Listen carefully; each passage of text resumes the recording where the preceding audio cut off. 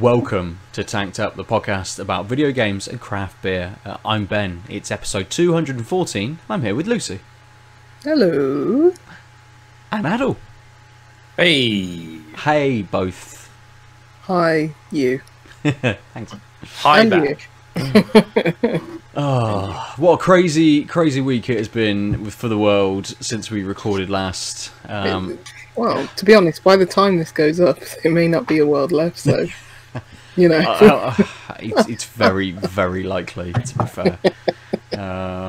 So there's so much, there's so much shit going down. I mean, we obviously stand with anyone trying to make their lives better, not exploiting other people to do so. That's I don't know how else to put it, really. Yeah. I think it's appropriate. Let's open some beers and talk about what's brought us together this week. Video games, as it does every single week. Something a little bit more lighthearted that we can escape to when the world is on fire. Just like all of damn it, I was going to talk about The World on Fire, the latest indie release. Oh, I was going to say all of our rooms are currently on fire, considering it's the hottest it's ever been in anywhere ever. Oh, is it? Today? Oh, no, I don't know. I've just made that up. Oh, yeah, because it doesn't seem that warm today. I mean, I feel it was warmer last week, but... yeah, it probably was. Yeah, the weather's still good. It's still hot enough. Yeah. Right. Right. Good. Lucy, what are you drinking this week? Eeny, meeny, miny, mo. Which one... You know what? We're going to have some fun. Okay. Which one? I'm going to number them in my head, 1 to 3. Mm-hmm. And I want you two to come up with a consensus of which one. Why don't we go with 2? Okay. Adil, you in agreement of 2? No. Oh, you have no choice. Sorry, but anyway. Yeah, I was going to say, I don't know how this is going to go otherwise. I'm going to start off with a Lervig. Oh, nice. It's tasty I haven't juice. had one of those in ages. Oh, nice. Yeah, I haven't had a Lervig for a while. I've had tasty juice before. Yeah. I think. Probably not in can, probably just on draft. But it's a double dry hopped IPA, 6%. The hops are Mosaic, Equinox, and Citra. Can't see anything else about what malt or yeast in it. Yeah, that's it. Mosaic, Equinox, Citra. It's a 500ml can. Nice. Very nice art. Very jungly. It's very jungly, yeah.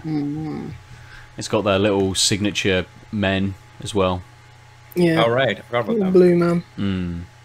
Having fun. Nice. Is that in the background, Lucy? On the purpley, peachy can that you've got? Is that a Verdant? Yes. Ooh, is it strongest of the strange?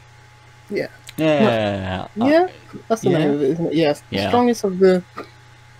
Strongest of the Yes. strange? Yeah. I Spot drank on, that yeah. the other night. I know. Look So at yeah, I Mr. was just Fancy and his thinking- pants. I was thinking, shall I go with that one? Shall I not? That's why I brought up 3. Yeah, fair. Good choice. It leads quite nicely into what I'm drinking, because I'm going to drink a beer from Verdant. Nice. This is I Will Need Your Signature, a pale ale. It's got a hashtag, hash #0289. I don't know what that relates to, whether it's a brew number, you know, the amount of beers that they've brewed. Who knows what that is, because it doesn't Hopefully give one me, of them does. well, I would think so, yeah. It doesn't give me any flavour text, though. It is 5.5%, and it is single hop Mosaic. Yeah, I've had Nice. that one before. Oh, nice. I will crack this. Aadil, what are you drinking? I'm drinking the Unite Tribute IPA from Wildcard Brewery. It is a 5.4% IPA, and it's brewed on International Women's Day as part of the IWCBD project, which aims to promote and encourage more women in the beer industry through collaboration and education. This beer is dedicated to Ada Lovelace, an English mathematician and writer who is widely celebrated as the first computer programmer. Nice. I thought, hey, I mean, it's a bit after International Women's Day, but this seems like the appropriate time to have a tribute beer to Yeah. those who are Let's who are have it structurally all oppressed. year Yeah, round. Yes. absolutely. Yeah, it's quite interesting. Like whenever fuck you me. read about like early programming, how programming was seen as was given to the women because they were like, this is just slowly not a pauper's job, but it's Yeah. like this is the grunt work basically. Yeah. And the artists were all men and stuff like that. In game, you know, in games as well, in just in tech in general. So yeah, that's interesting. How that just like flip flopped, and it's like women programmers. Yeah, that Not unheard of now, but it's like yeah, crazy. It is, and yeah, a good beer to have, considering what's going on, Aadil. Lucy, how's the Lervig? Just smelling it, it's got all those tropical notes that like really like pulpy, like orange and tropical fruits. Like it's not like if you have like the rind, it's like no, this is like the juice, the pulp of that fruit, just like really potent. Nice. Ooh. sounds lush. Yes, it is. This is. I mean, the aroma just matches the can, and just like a whole, you know, like sense of being outside, collecting fruit. Yeah. Just. Oh gosh, yeah. I don't want to drink it. I just can smell it. I've tasted it before. It's just so nice to smell. Yeah. Oh yeah, and it's got the taste to back it up as well. Ooh, that's nice. Ooh, there's quite a lot of pininess and bitterness at the end as well, which is nice. At the start, you got that fruit. It's quite smooth as well. So I've even shown the beer. Probably have, but yeah, it's really hazy. It's really cloudy. It's light straw coloured, almost going into light orange, but yeah, that's a good beer. Yeah, you're getting all those fruits as well, just right at the start, and it's got that perfect balance of fruit at the beginning, just bitterness at the end, but you're still tasting that fruit as well. It's slightly dry, so you are encouraged to keep sipping it, but oh, that pininess it's so fresh and so zingy. Just wakes you up. Nice. Sounds like it's not going to last very long. No, and it's a 500ml can. It'll be gone before Aadil even starts talking. Excellent. Well, I'll jump into mine quickly then. Another beer with a very, very lovely nose, which wafted as soon as I'd cracked that can. Light, very light though, really subtle. Nice sort of tropical notes on there, but hard to, in the nose, pick out exactly what that is. Sort of a mash of things. And I think the first thing that kind of hit me with this beer was just how smooth it is, more than anything. And it is a subtle sort of flavour. There are those fruits there, a little bit of pineapple perhaps, but really it's kind of the creaminess and the smoothness of the beer itself that really kind of hits you. There's this sort of, I don't know, a little bit of melon in there as well. Maybe edging more kind of honeydew. You know, it's not sort of that cantaloupe. It doesn't have those sort of slightly orangey, citrusy sort of notes. But I think it's, and I'll sort of quickly mention, I've been chatting to Will down at Pipeline because they got in touch and said, hey, the Altogether beer was 6% as a correction for a couple of weeks ago. I remember that, And he was saying, when we were talking about the beer, sort of the body that it had to it, and he was saying about how like the water makes such a massive difference. Yeah.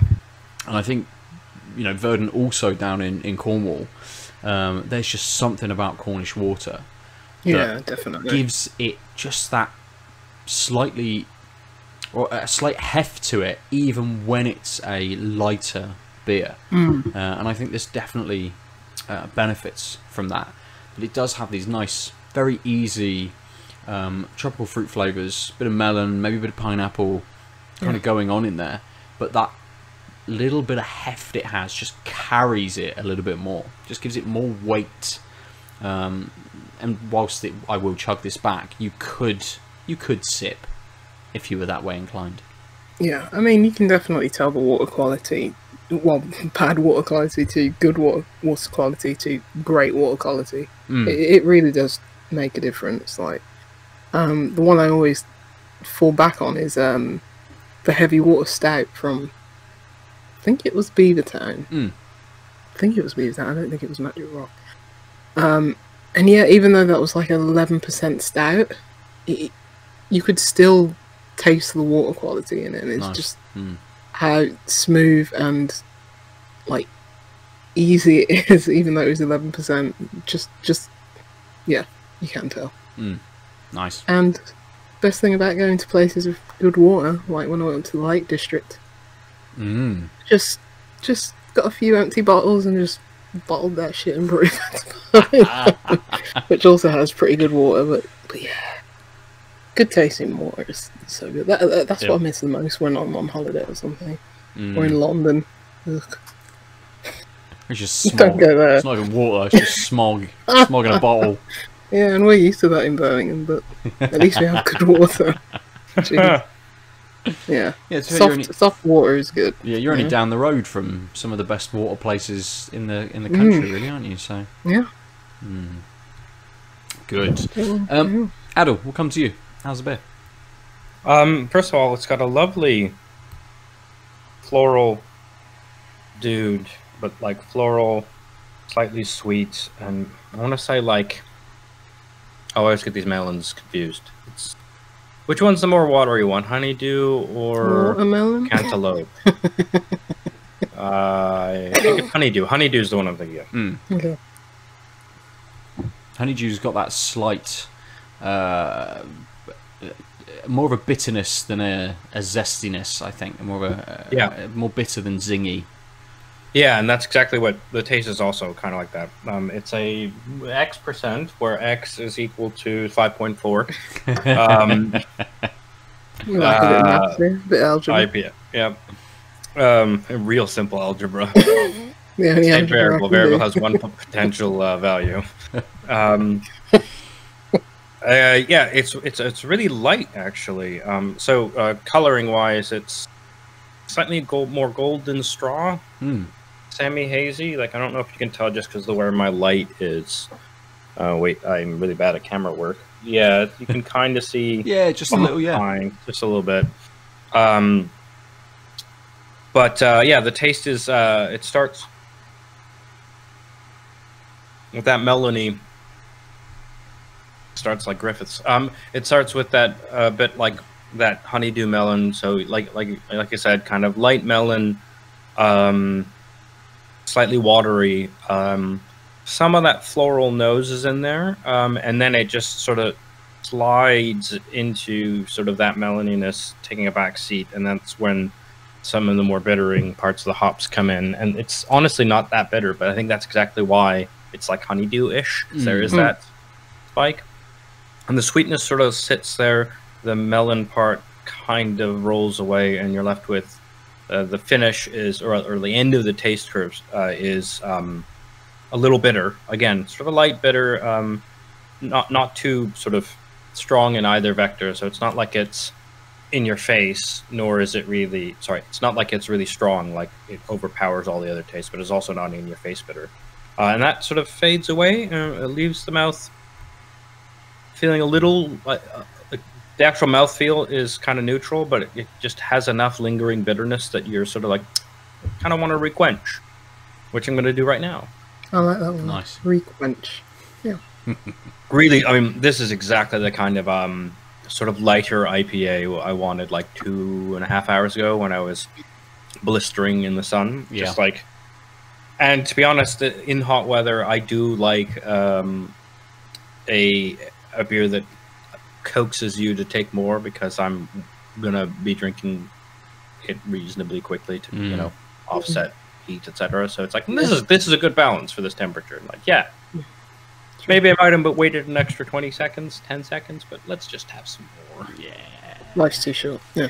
So it's just a really delicate IPA, not in the sense of in the sense that there's like a few things going on and they're just really well put together, and none of them are like it's not like a huge taste curve. There aren't big ups and downs, but there are changes, and I really appreciate when a beer can do that, but more subtly. Yeah, nice. Yeah. Just coming back to mine, what it reminds me of is like, you know, when you just have it orange and you're just eating it as is, and then sometimes you accidentally like eat into the rind and you get that bitterness. It's just that perfect like mix of like just bursting pulpy fruitiness and then nice bit of bitterness just to taper it all off. So good. It's very tasty because it's tasty juice. I'm not sure. Excellent. I think I'd prefer that in a beer than actually experiencing that with an orange. Yeah. I mean, very few people are happy when they accidentally. Yeah, true. It's like those flavor combos, not exactly. I guess unless you're K-Pax. There's a deep cut for y'all. K-Pax. Kevin Spacey playing a guy who may or may not be an alien, but eats a banana with the peel still on. He was cancelled, wasn't he? Yeah, he was. Always. K-Pax, Kevin Costner. No, it's not gonna work. Wait. So like, Kevin mixed up with Kevin Costner and... No, I know which one. It's weird because I know who Kevin Costner is and who Kevin Spacey is.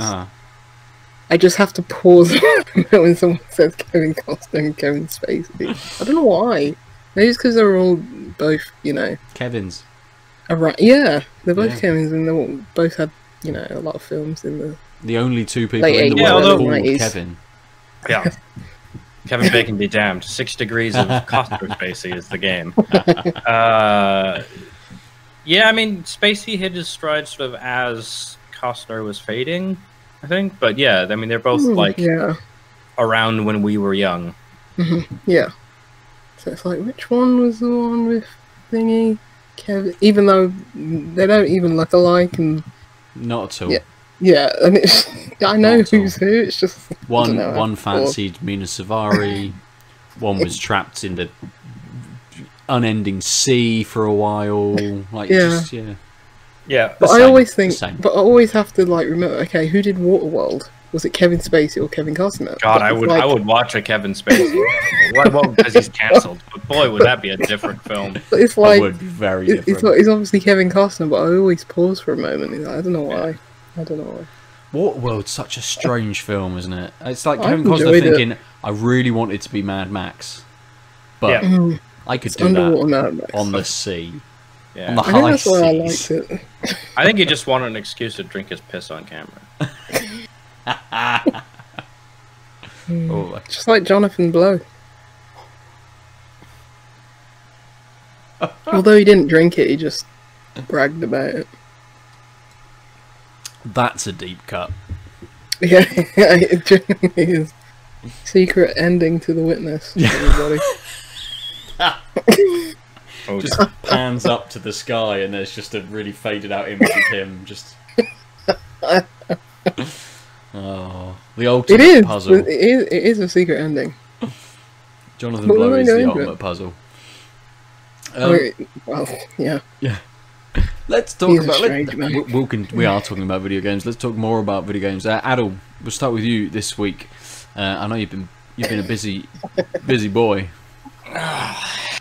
Yeah, not all those turnips.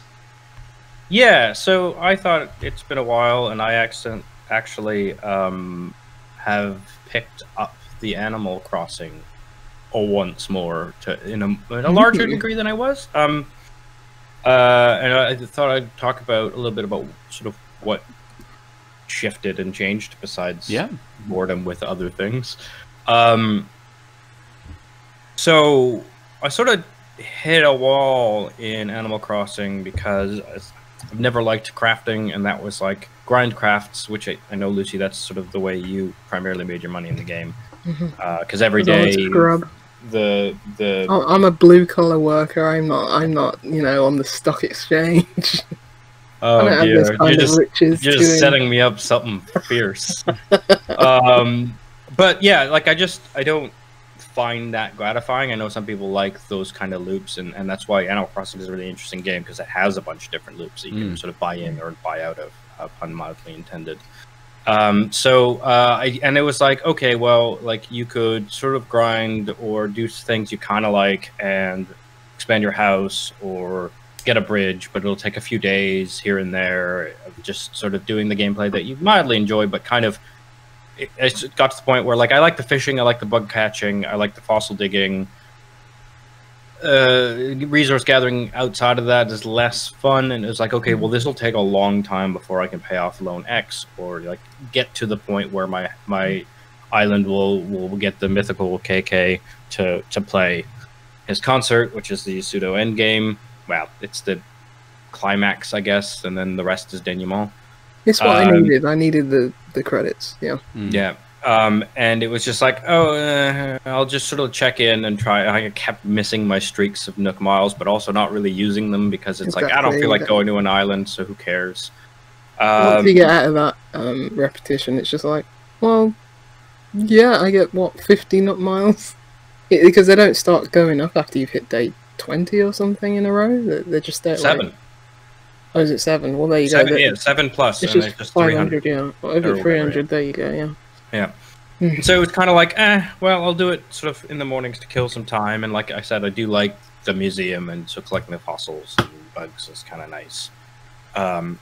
And I just sort of sat with it. And then after chatting with Lucy and seeing her island once more, and I was like, wow, I could do a lot of this stuff, like make a Zen garden or whatever. To be honest, one of the things was, I realized today that the way my mind works is I can't plan out an island.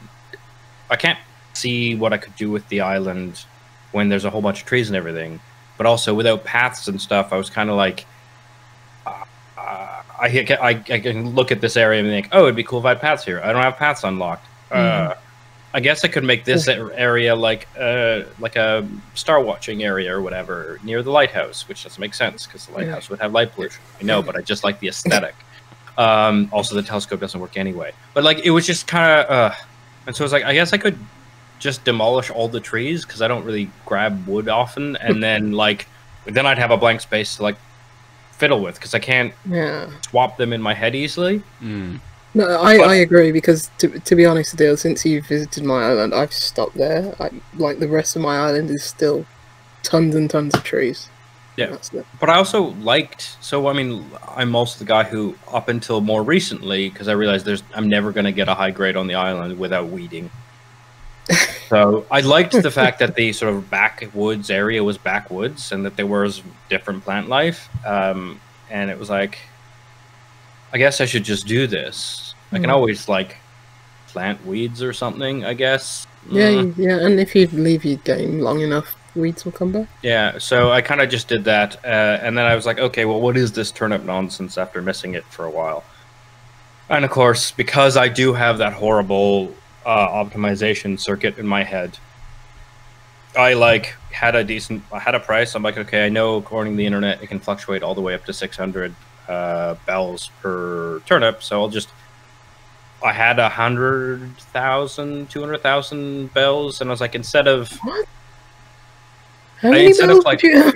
I had 200,000 bells lying around because I was saving them up. Oh, to, like, I'm sorry. I thought I was confusing bells with turnips. Then I was yeah. Oh, yeah. 200,000 turnips. That's 600 bells a piece. He would have broken. Yeah. Nintendo. So what I did was the number doesn't go up that high. Yeah. I just put all the money into turnips, and I was like, look, this didn't take me that long to like make, because of this like fake capitalist structure where money can kind of just always grow. So I'll just do that, and then I'll see if I can do that. And then there was someone online who was like, oh, I'm at like 624 or whatever in one of the Facebook groups, gaming groups I'm in. I was like, cool. I went, and they let me come and go, and so I went for the 3 trips that all my money like allotted, and suddenly I was at 1.4 million bells. I was like, oh, okay. Next week rolled around, but then I was like, oh, cool. I could buy like this next house for upgrade and almost half of that other one, or I could buy as many turnips as I can with all the money I have. You're putting it all on black. And okay. I like below my house on my map, there was just this region which was just full of turnips I had to drop because there is stacks of 100. It was just like, nope, turnip, turnip, turnip, turnip, turnip. And then I was like, cool. It was like Wednesday last week, and I was like, well, it might be poor again. Let me just do what the internet does. Let me just go online and see what it is. And there's a website that's like, you have to have a Discord, and you can queue into, you log in, and you basically look at, everyone says, this is my current price. This is the cost of entry. Your soul.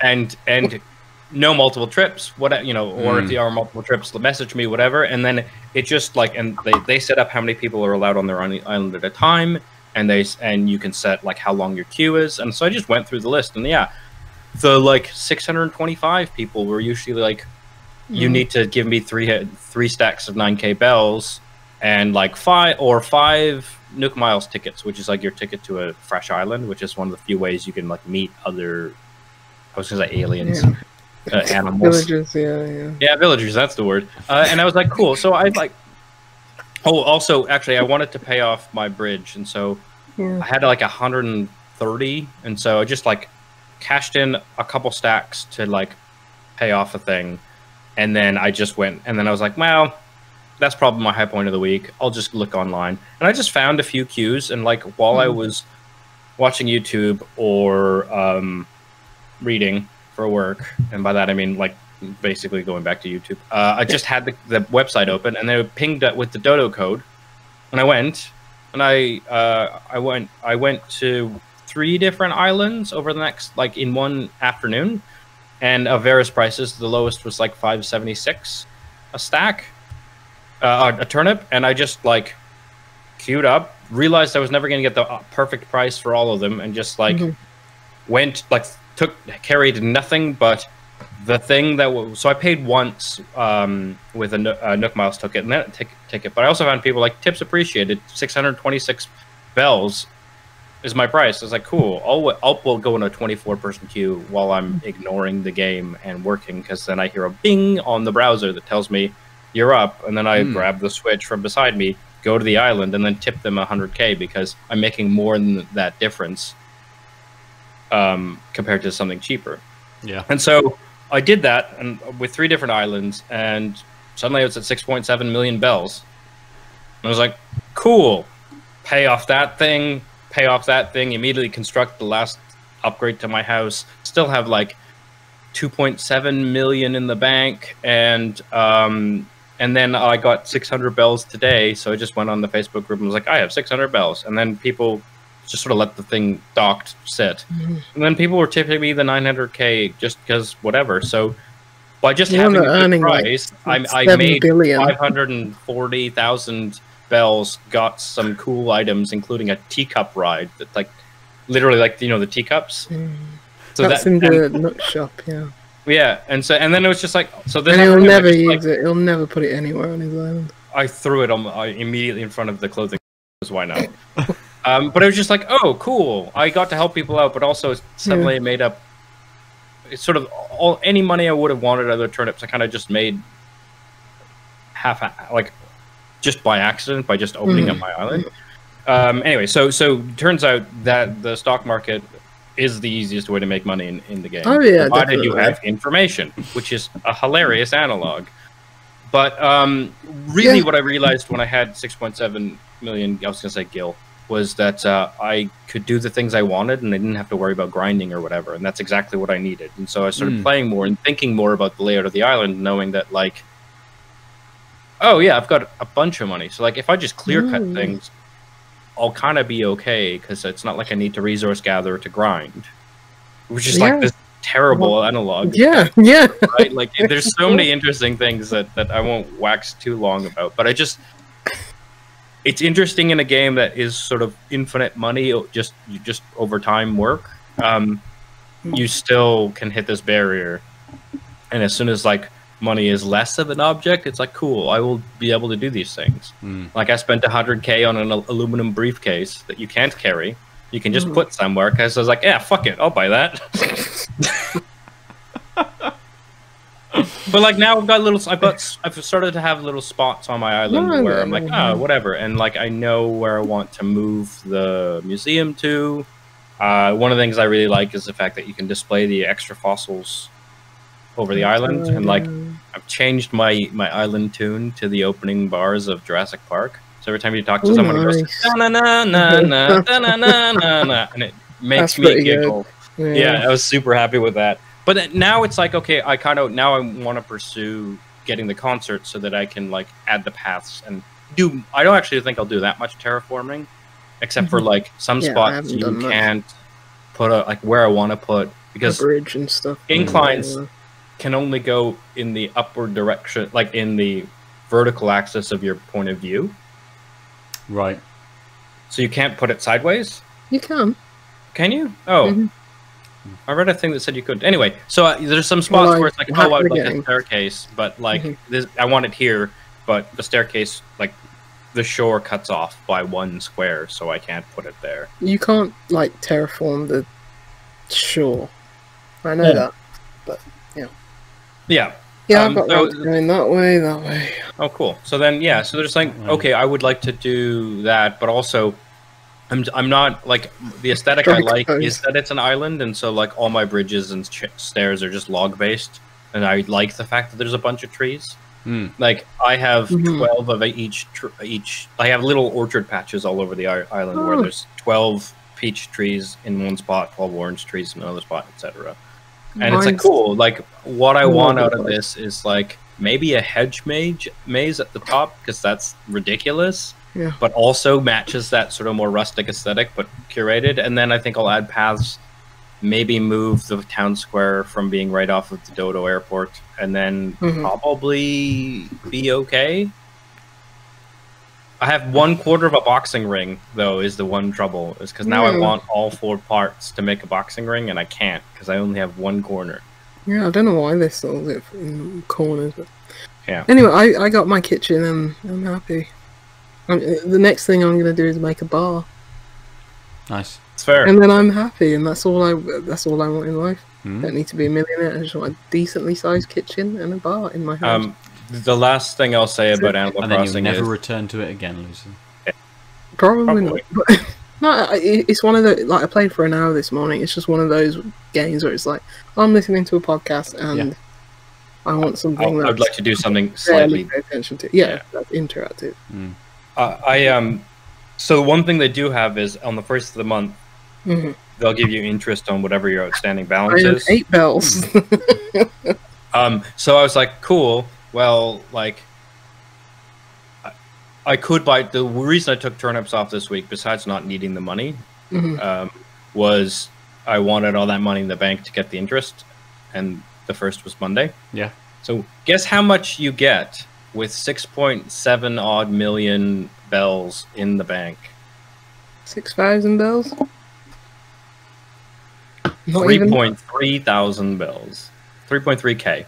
Well, what's that? Like, that's like 3 bugs and a shell. Like, that's not worth it. That's 0.0. how interest rates are. No. That's like 0.1%. Yeah, that's how interest rates are. Yeah, that's fair. Anyway, it was just like, oh, well, that wasn't worth it. You are balling. Oh, Canada's much better. Ooh. Well, we knew that. We need to send all our money abroad. I mean, that's why I think that's what a lot of people do. Anyway, so, but the other thing is, like, it was kind of nice hanging out with people this afternoon, but unfortunately, because I was working, they were all just like cycling turnips. I'm just like, oh, I can see how some of these people are like, it's a tight knit group, and they like literally hang out on each other's islands, and like they post pictures of the shenanigans they get, and they've got, you know, all kinds of outfits and little, you know, they do a lot. And I was like, that's a lot of time, but also I can see how that approach works, and I think I'm not built for that. Like, I think yeah, my approach is like I would like to get the island more interesting, but also not too developed. And then I'm kind of sure I'm done. Like maybe like finding a neat thing in the shop might make me rejig a thing. But also like I have had the ability to make like a fountain or like little all the bamboo stuff. Like I could do what Lucy did, which was like make this lovely Zen corner. And it's like, yeah, that would be cool. And it's a lot of work. Yeah. A lot of work. It took me about a few hours. Yeah, it's just again like. But really, like once you've got the materials, it takes 20 minutes. It was me like saying, "Oh, I want this piece of art there and there." Yeah. The other thing is, I like the art that they've added in the last expansion, but you only get the art guy once a week. And you get 3 different things, and you have to figure out which one's the fake. And you can either use the internet or buy a thing that they won't accept the museum, and then you have a fake Michelangelo statement. That's all I care about, because I bought like the statue of David today. I was like, I'm not going to research if which one he's facing the right way. You know, I don't care. I'm just. To be honest, I was like, I kind of want the counterfeit ones, so I can just throw them around the island. I just wish there was a faster way to do that. Because like I wouldn't mind having the museum nice, but also have counterfeits to like just have lying around, just like I'm doing with fossils, right? Like I'm like 1 piece away from a full Diplodocus right off the airport. Just giant fossil. I'll have a look if I've got any fossils. And it's just anyway. I will send them. I keep. What the fuck is this game? I mean, it is a great time. What is really great is that there's so many different interesting loops and mechanics that, like, for me, I think for a while there, it was just bouncing around them. Like, now I'm thinking of breeding flowers, kind of just because I can. Mm-hmm. And that might be that. So that's the thing where because I think you can only do so much per day. Yeah.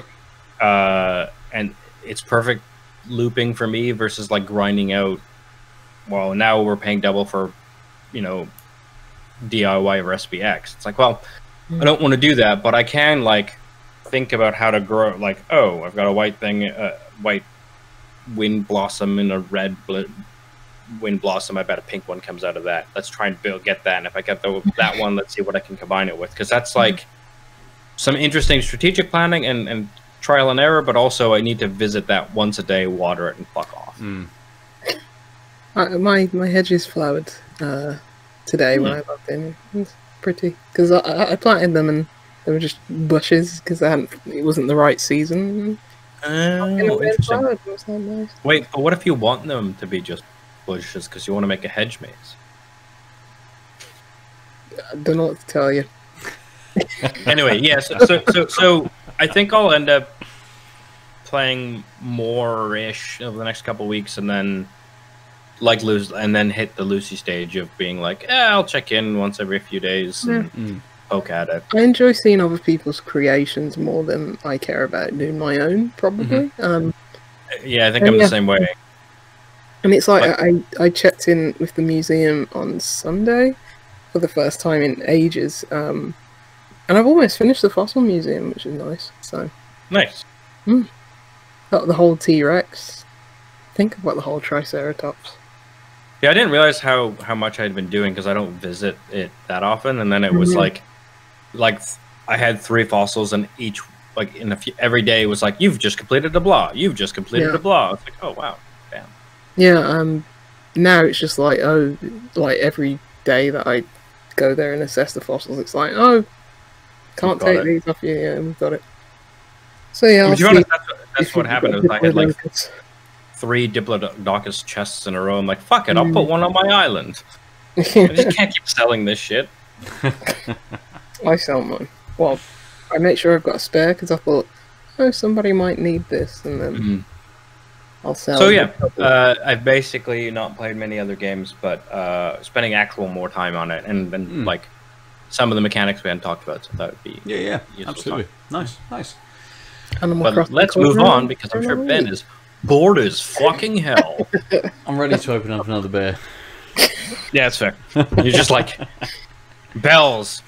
It's good to hear about capitalism, you know, in work within games, and actually how it works. Because a lot of the time when we've been talking about like Animal Crossing, it's always been this kind of not nebulous sort of thing, but very much like, oh yeah, I've dabbled in this a little bit, but I haven't really investigated this systems. You know, I've not really kind of seen exactly kind of how this works and stuff. And a lot of the things that we talked about were very aesthetic in nature. You know, we talked about the island, we talked about how that kind of works, obtaining items, shooting balloons, all of that sort of stuff.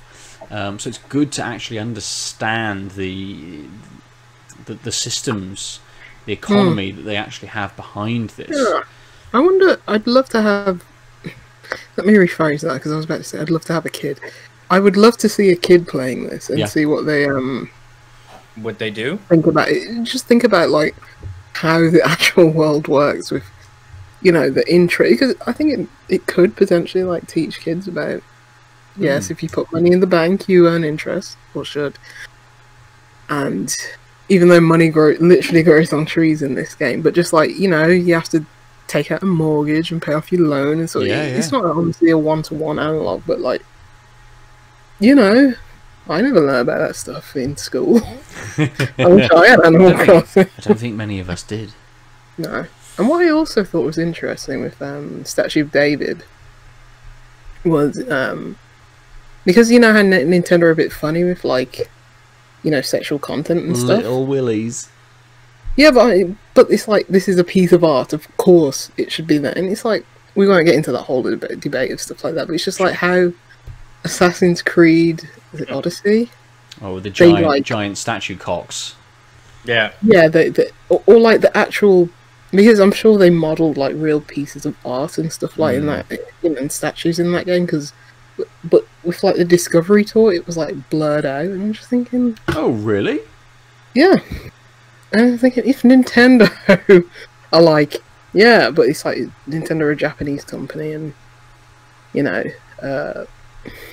well, you'd think that French Canadians would be alright with it, but with a big audience being in like America and how, well, we won't even talk about their values, but it's just, it's like.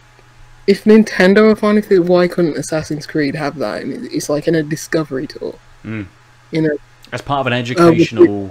whereas like Animal Crossing, it's like, it's not there for the sole purpose of education as well. So it's like, I was just like, wow, you know? Who knows, some people really get their values mixed up. I mean, in Assassin's Creed, you can stab people in the throat. You can stab people in the throat, but there's no cocks. Oh, bizarre. Video games. It is a fucking odd world that we live in when it comes to that kind of you know, temperament around about physical form, the human body, and its how it's depicted. And there's a massive conversation about how various physical forms are depicted in video games over the years. But that maybe for another time. Yeah, that's a deep conversation. None of us want to get into it. No. Let's open some beers then. Lucy, have we got to pick another number, or are you just going to pick one? No, I'm just going to pick this one, since you've already guessed. Yeah.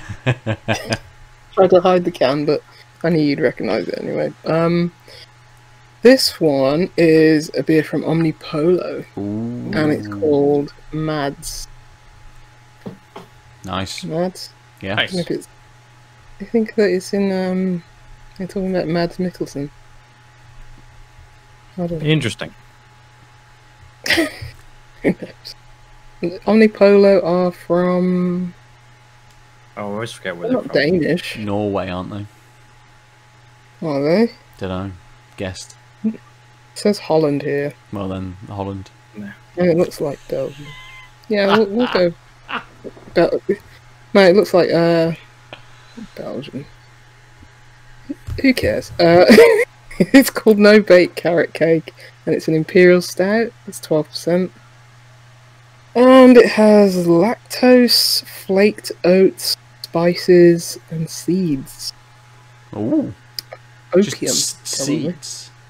Well, if it's from They're Holland. from Stockholm, Sweden. It's Sweden. Maybe it was. says Maybe it's been brewed in... Brewery in Nolan, yeah. And it says Bodegraven, Holland. That's where it was brewed. Yeah. What was It it? says Unless maybe one's just like the name of, not the name, sorry, or the where it's been imported from, perhaps something like that. What was the name of the beer again? Mads, M-A-D-S. Mads.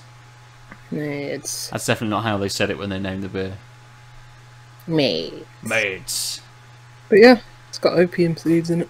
Ooh. Interesting. Poppy seeds. No, it just said seeds, so I don't know. It said Holland. Could be sunflower seeds, pumpkin seeds. Really, reach in there. So. Yeah. And I've got a bottle opener. So. Yes. The infamous bottle that doesn't really exist anymore. It's refreshing. Yeah. Good old bottle, you know. I'm Caps. going to drink another beer from Polly's.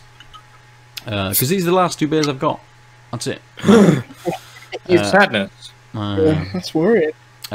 We do have a little, you and I have a little drop coming, don't we, from Tanked Up co-founder Mr. Alex Malpass, which should be appearing towards the weekend. But this is Farrago, an IPA. It is 6.7%. It has got Mosaic, Nelson Sauvin, and Sabro in it. The malts are extra pale, Vienna, oats, and wheat. Doesn't tell me the yeast. No, it doesn't. Yeah, there we go. Okay. Another beer with the fabled Sabro in, which seems to be a bit of a hot topic at the moment with the beer community. Hop topic? Yay! Yes, that is the can. That's the can. Ooh, this I week. like that can. So I mean, Polly's nailing it with their can artwork recently. Especially, I've still got the Daphne touch here, ready to peel off and put on the board behind me. I can't just have a looking board. good, by the way. I can't just have a board full of Polly's, can I? We already got one, right? Two actually. Oh yeah, they're there. Yeah, you can see the Which is a nice telltale photo, teardrop. A little photo of a log cabin because it's a That's West nice. Coast IPA, which is good. And that one at the back, which is just this little mosaic style piece. I may replace the mosaic style one with something. Who knows? Anyway, I'm gonna pour it badly. Aadil, what are you drinking? Beer. Hey, what kind of beer? Brewed by who? What style is it? All right, in order, it is a New England IPA brewed by Amundsen Brewery. And it's a New What's the England third IPA. question? What style? What's it called? What's the name of the beer? Oh, Euphoric Minds. Oh, Look at this fucking can. Oh, nice. Amundsen. That's cool. Amundsen's great. Amundsen, is that how you say it? I don't know. That's I'd not say what I Amundsen. Yeah. I'm It probably is a beer. Sorry, I got confused by all the languages. It is a 7% New England IPA. It has malted barley, malted wheat, oats, and lactose. And then they just say hops in a kind of unfortunate way because I want to know what else. And Amundsen or the A Brewery is Norwegian. I really, really like this can. I'm not sure it picks it up, but the greens on like this arrow and the owl eyes are iridescent. Ooh, nice. Comes over a little turquoise on the. Yeah, I mean, I think the because can. I've got the light there, then it's just like blasting cold light. You can't quite tell, but Yeah. it's real pretty. Yeah, their cans are always nice. Yeah, I they really are. like Amundsen. Amundsen. They're one of my favourite brewers. I got that there on the board as well. I got their little Finback collab one on there. Yeah, that was Green, really nice. Fated Yeah. Green, I think it was called. Mm, Yes, very that is what it green. was called. Yes. We'll come back to you, Lucy. mm. As you'd expect, it is pitch black. Yeah, head's really small, as you'd expect with a high percentage beer, probably half a finger. Not as dark as you'd expect the head to be. It's got slightly, so basically off brown. It's almost white when it's lacing on the glass, but smelling it, it's definitely got that like boozy kind of cake, licorice kind of aroma to it. Coffee and coffee bitterness from the aroma as well. Nice. Yeah, nice deep, rich chocolate, dark chocolate aroma.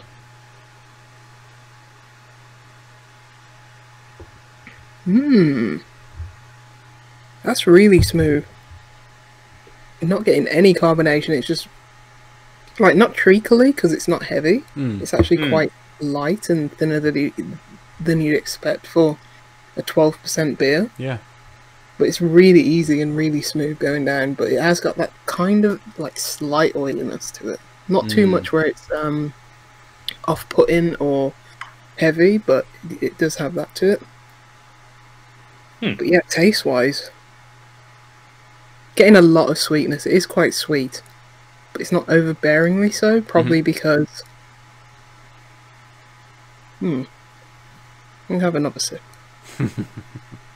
I'll just test it a little bit more.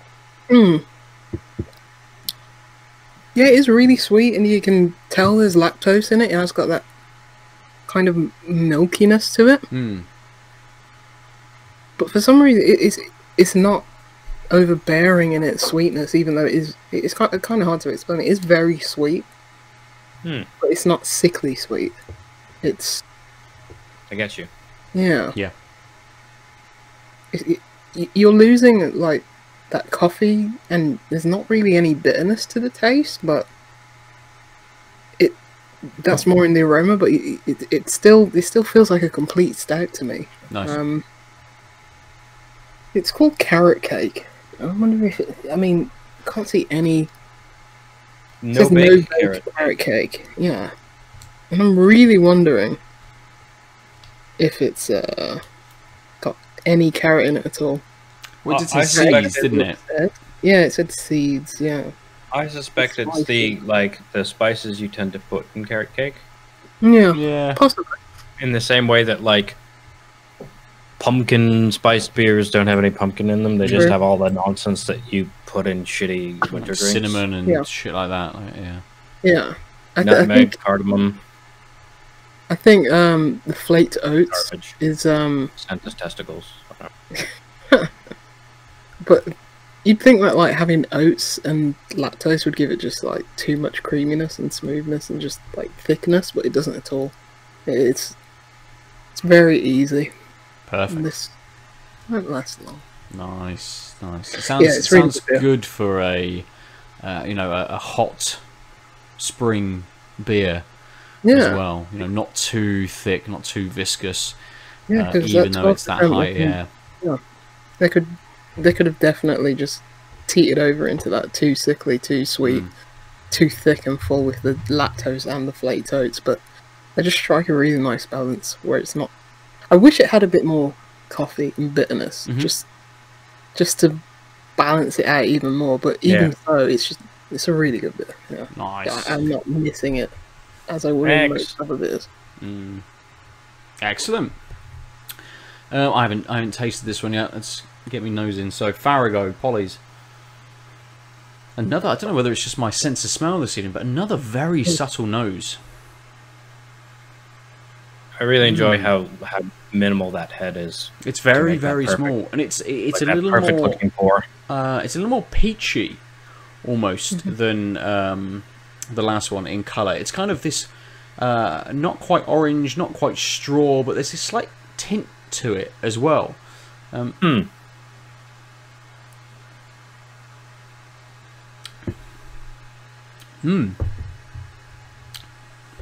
that's very interesting. You're kind of almost instantly met with this very light sort of tropical sweetness to it, which very quickly comes back to this. It feels like it's going to be sweet and stay sweet, and you're going to experience those sweeter fruits. You know, it'd be like mango or passion fruit or something like that that would creep in. But actually, you have this very slight hint of sweetness, and then it just dials down a load and hits into these slightly more bittered, soured, slightly stewied kind of fruits. And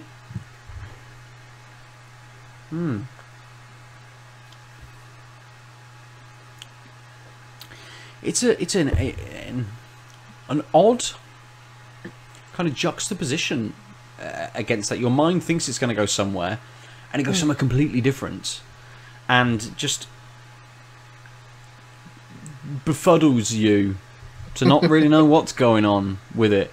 There's maybe a little bit of stone fruit in there as well, but it really kicks in with those slightly stewed, maybe slightly more bitter fruits that just linger. There's no bitterness, as with the last beer, and there's no bitterness with this at all. There's nothing kind of on the end. It kind of hits you with that slightly stewed fruitiness, and that is it. That just then just sits with you and continues on. Be interesting to see how this maybe develops the more I drink it. I think I find when you have this slightly more stewed nature to these fruits, that actually they do open up a little bit more as you drink, and your palate kind of accommodates what's going on and can then start to pick out sort of individual parts to it. Don't know. It's a enigma. It is. It really is. It's not just clear cut as other polys. No, not at all. And I think it's instantly love them. I think it's the Sabro, because on that sip, I'm getting a little bit more coconut from it, and I think there is maybe some sweeter tropical fruits going on that are just like, rather than them flowing into this coconut, they're just smashing each other in the face. And because the coconut is much harder, it's winning. And is just maybe dominating that flavour, and well, not dominating in a way that it cuts everything out, but it's just kind of like jumped above everything else, so is making this slightly muddied sort of flavour profile, really. Yeah, don't know yet. We'll see how this one. We'll see how this goes. Aadil. So this one also has a sort of light nose. It's tropical. Not quite, with a slight citrus edge, and probably kind of like a light stewed stone fruit.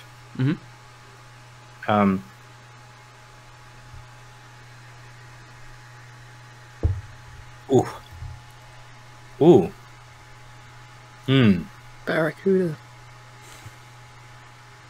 Oh God! Something's gone wrong with my camera. Yeah. Either that, or I've drank far too much. Jesus, what the hell just happened? Give me a second. Wow, that's... Put your hand right in front of it. Yeah. Hey. Okay. Well, that was weird. Audio listeners, my camera went full on. Is he testifying against the government? Your voice deepened as well. Yeah, this beer tastes really good. Fruit. Yeah. Well, wow. Okay, let me try this again.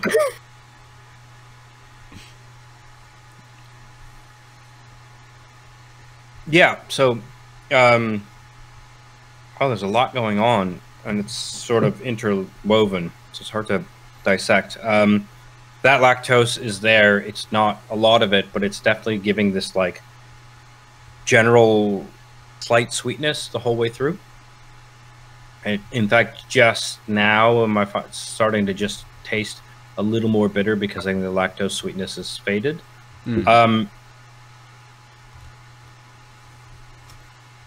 It's now that I've gotten a little acclimatized to it, it's pretty bitter from start to finish. It definitely has these wafts of light stone fruit.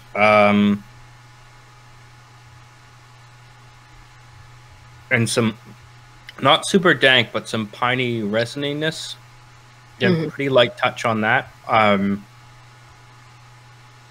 then as those sort of ebb away, you get that sweetness of lactose coming in, and when that slowly fades, you get this lovely lingering bitterness that doesn't have that pininess. So like the piney bitterness is basically after the main taste, which again is this like tropical fruit, slightly combined with some stewed fruit, and then a nice piney hit of bitterness. And then it's like, okay, now I'm going to be a little sweet, or rather the sweetness is going to come to the fore because everything's retreating, and then that also retreats, and there's this light touch of lingering bitterness. To the point where this is like the opposite of the other one. Like, I actually think it might, I mean, it's the bitterness is so light that I'm not feeling like I need to do anything because it's just so steady. Okay. It's just like low key, but just not going away. So I think the mouth feels probably the same. Like I'm not getting dried out. Check my tongue. It's still quite wet, even though I've got this overriding sense of bitterness for 20, 30, 40 seconds. But because it's so strong, like it's not like it's lasting, not strong. Yeah. So it's like, cool, that taste is here. I don't need to get another sip of this, but I might choose to. While the last one was kind of, that bitterness was a little, cloying's the wrong word, but it's come to mind. It's like, that bitterness is a bit of a tease, and it's saying like, well, drink more of me. And this one's like, I think because there's less of a swap going on, that it's just like, cool, you've got that taste, you still got that taste. You happy with that taste? Take your time. Yeah. But yeah, and again, I want to say before we move on that the tropical fruit, the tropicaliness of the fruit is again not in your face. So there's a mostly tropical fruit with sweetness and slight pininess and some tones of like stone fruit. Pine is stewed. I think that might be because of the interaction with the pininess, but all of it is really light. So it's not like some Nipas where it's like, hey, your face, tropical fruit, come meet it, right? Like it's not that, which is really nice because it allows, I think, the other things to happen. And I think my like armchair supposition is that I think that what the lactose is doing is letting the sort of kind of quick interplay of where that like medium grade tropicaliness retreats while the pininess stays, and that retreats. I think the lactose is just like evening that out so you don't notice those swaps because they're actually, it's quite quick. Right? It's not like you're going through those taste curves gradually. It's like, oh, it's this, then this, then it's this. But because of that overriding sweetness, they all kind of just glom onto it, and it's like, oh, cool, this is really interesting. Nice. Yeah, this is very tasty beer. Good. As Amundsen always seemed to be. Yeah, I mean, color me unsurprised. Yeah, absolutely. Which is a shade just off of Puce. Okay. Let's move on then. I hope you don't mind. I'm going to jump in just with... It's only going to be a very, very light topic from me this week. Just maybe a little 10-minute chat about the PlayStation 5 reveal event. It's been delayed. It was going to be this week. We were all going to get together and have a chat over the top of kind of what was going on. But obviously, PlayStation and Sony have kind of done the right thing this week and delayed it because they don't need to be in the news cycle. Get out of the way for the important stuff, and that gives us a 10-minute chance to talk about it.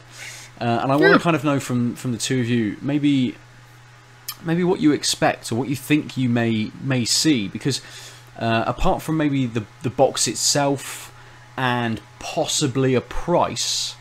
I can't really think of many, upcoming games that they would show. I mean, there's been like, is it God something? Godfall? Most generic name ever. Or I'm sure it's Godfall. Yeah. So yeah, generic video game name number 8. we know that's coming, and I wondered whether maybe that this is going to be a bit more of a presentation, maybe not quite state of play, but not quite an E3 conference, maybe something kind of in between. I think this was going to be a look reveal to make up for the shitty controller reveal that kind of backfired on them. Yeah, and like so, let's look at it. Like they were like, look at our cool controller. Look at Unreal Engine 5. It's running on a PS5. Cool, it's an engine. It can run on things. Yeah, like I like. Yeah, but a lot of people thought, oh, yeah, Xbox is dead because Unreal Engine 5. I mean, they would have said that regardless, right? If they released if they had a state of play that was something that ostensibly looked like a PS1 they had a and had a 5 sticker put on it, they'd be like, "Yo, the Xbox is done." Yeah, and vice versa. That would have happened. So. Yeah, but it's I think tiring. Yeah, yeah, it is. Yeah. So the one thing I was really interested in is like how much they're going to acknowledge how this is just kind of the PS4 Pro 2. That's what they're going to call it. Well, the incremental upgrades, like, I mean, one of the problems they have is they already did a thing, and like technology hasn't jumped so far ahead unless they figured out some really brilliant x64 architectural change. It's just incremental. It's just more power on the same platform, and they've just done that. So I that's why I assumed it was going to be like about the aesthetics and the cosmetics, and so it might be things like. So one of the things that, like, it might be things like, look at our cool menu UI. Yeah. Your gyro controlled, what was DualSense? DualSense. Now you just DualSense. Now you just have to think at your controller and it'll pick the right game. You know, like that kind of bullshit. Like because, and then also perhaps. If there is like an upcoming game that is going to be dual released, showing just how much prettier it is on the PS5. But I think we're like those are like that's the thing. I think they've just got to focus on like quality of life / it feels new, even if it's just 2 PS4 Pros stapled together. Yeah. Right. And I want go on, Lucy. I was just gonna say like. I'm genuinely excited to see what they show. Like, because all that Sony have had so far this year, other than the Mark Cerny, what should have been like a GDC talk, bit of a misstep to like put that on the blog and say like, you know, this is the first reveal of PlayStation 5. I think that was messaged a bit poorly, but yeah. To actually see Sony like because at the end of the day, Sony over the last. Other than last year when they weren't at E3, over the last, this generation, they've always put on the best shows, and you'd think that by missing E3 last year, they had a plan of what they were going to do for a new console year at E3. So, even though there's been a change in direction and management, I still expect Sony to have a good showing of their next console. Yeah. They always do that. And other than, I mean, the thing that had me worried was, I think I've watched like one state of play. I don't know if they've gotten better since, but they seem to be going for that direct kind of thing, but they just don't have the kind of funness and energy to them. Yeah, absolutely. Yeah, it's a hard, balance to strike because inside Xbox's stuff is like really cringy. Yeah, and you don't want that either. And it seems like Nintendo have struck a good balance, but Nintendo also have really good games, but Sony have really good games. So I was really excited. I mean, it's a shame it's been cancelled, but not cancelled. But I mean, it's just delayed. Right? Yeah, delayed for good reason, obviously. But it's like, and it might only be I want Sony 2 weeks control their message. Yeah, probably. Maybe. I mean, I think it might be a little longer, just because if I was Sony, I would be hedging my bets that some of this stuff will take more than a couple weeks to. Like, what you don't want to do is say, it's now in 2 weeks, and then things are just as bad, versus like plan. But they have to put it out at some point. They will plan for like a month from now, and then in 2 weeks be like, we're aiming for 2 weeks from now. Yeah, but it's good that they didn't say a date. Yeah, but, but surely if it's a it's got to be a pre-recorded video. Oh yeah. Right? Oh, Yeah, for Which sure. I imagine isn't fully edited, and probably wouldn't be fully edited until maybe tomorrow, the day before it was going to be, released. Yeah, the people like Polyphony and like Gorilla would have had their demos for, I assume, GT Sport 7 or whatever the hell it is, and Horizon. Yeah. The one edited, thing that I done. Yeah. the one thing that I was hoping to hear was basically not a hardware restriction, but like a political decision. I was hoping that they would say something along the lines of backwards compatibility in this. I don't think they are. Yeah, They've already stated their claim, and it's not a good initiative. Well, it's a good initiative, but it's not fully fleshed out. I think that'll just be like, oh, and by the way, your top favorite 100 PS4 games will be available to play on day one or something like that. I don't think they're going to go any deeper. I'd imagine they'd go deeper on the blog. You know, Yeah, I think rather this is than the just going to be like, it opens with like something like Horizon. Here's GT Sport. Here's a couple third-party games. We're going to tease the next episode of, I don't know, that Final Fantasy game. Here's the box at the end. Yeah, I mean, I was hoping put price, but they'll be pre-order now. Yeah, I was hoping for that. Just I guess because like that'd be such a easy win to capture the press cycle. Mm-hmm. Even if it's restating kind of what they're doing. Yeah, but like, I think the granular details will be hashed out and fleshed out later. I think this is going to be. They've waited this long. Why would they do anything half-assed at this point? Yeah, but you think of E3 presentations of old, and you do get those kind of one-liners which don't go any further during the presentation when someone will just say, "And we're going to do this," and that's it. Like no more is said about it. In the Horizon demo, they're going to be like, "Look."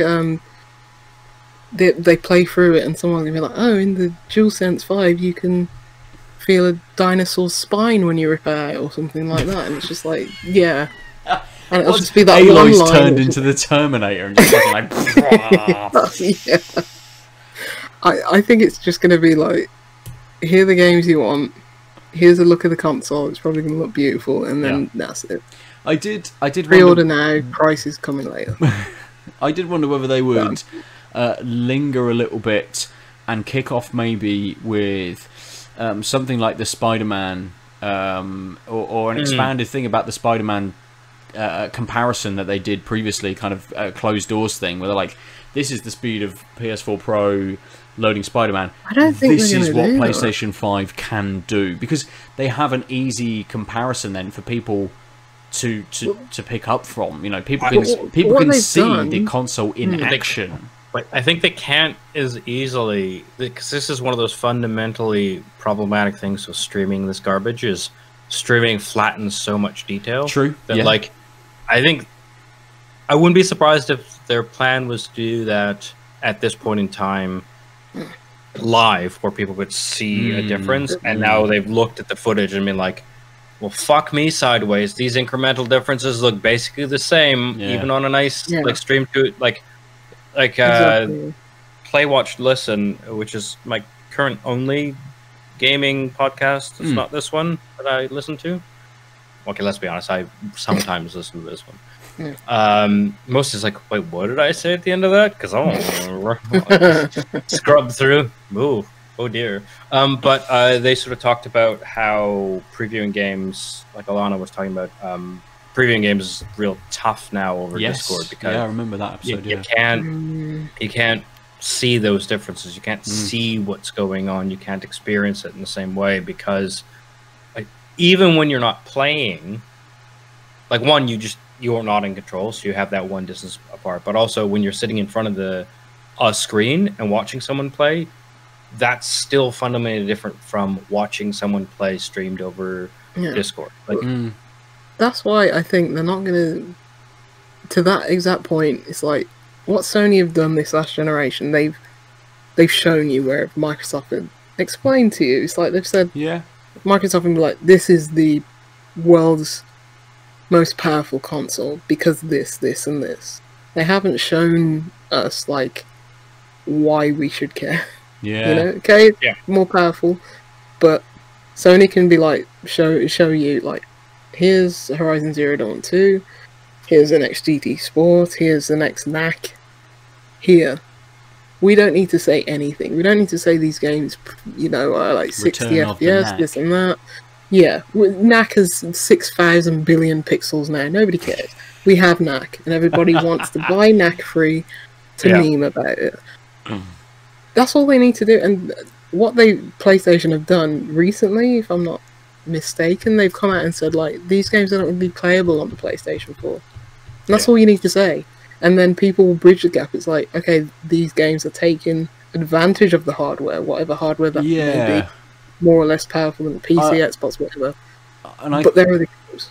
I think that's an interesting point, because I can't remember, was it Jim Ryan who said he thinks that it would benefit from PlayStation games only being, or upcoming PlayStation games only being playable on PlayStation 5. You know, not worrying about the limitations of the PlayStation 4. Yeah, that's what you want to hear. And you would expect that from the first party. Absolutely. And I know they've talked about, you know, this backwards compatibility with PlayStation 4, and I would assume that things like The Last of Us 2 or Ghost of Tsushima or any kind of game from them in the last couple of years is going to be playable on PlayStation 5 due to backwards compatibility. But then anything coming out, you know, I would never expect Horizon Zero Dawn to come out on PlayStation 4. It would sound like a 6 jet engines going off anyway. Yeah. So I don't think anyone wants to play. Leave the ground just from the heat underneath it, propelling it into the air. I don't think anyone wants to play those games on PS4 because they're like, I will go deaf. It's too late. But anyway, I honestly think that they're just going to show the games and like, here you go. This is going to be the, you know, coming out party. Do you think they're going to go for it? Do you think it's a like a 10-minute kind of presentation and it's sort of blah blah blah blah blah, or do you think it's a 2-minute sizzle reel of games and then show the box? I think it'll end up being 30-minute. Yeah, it's got to be 30 to an hour. Yeah, because people will come through. Yeah, because they've shown so little so far. It's going to be a mix and match, you know. Like, I mean, this is why I thought there might be more like dude on a quote unquote stage babbling. Where I think they'll differ is that I think they'll go more like the Nintendo route, which is someone says some things and then you see some things and then someone says some things and you see some things. Rather the Xbox, where it's like, let me tell you all the ways these numbers are big and important.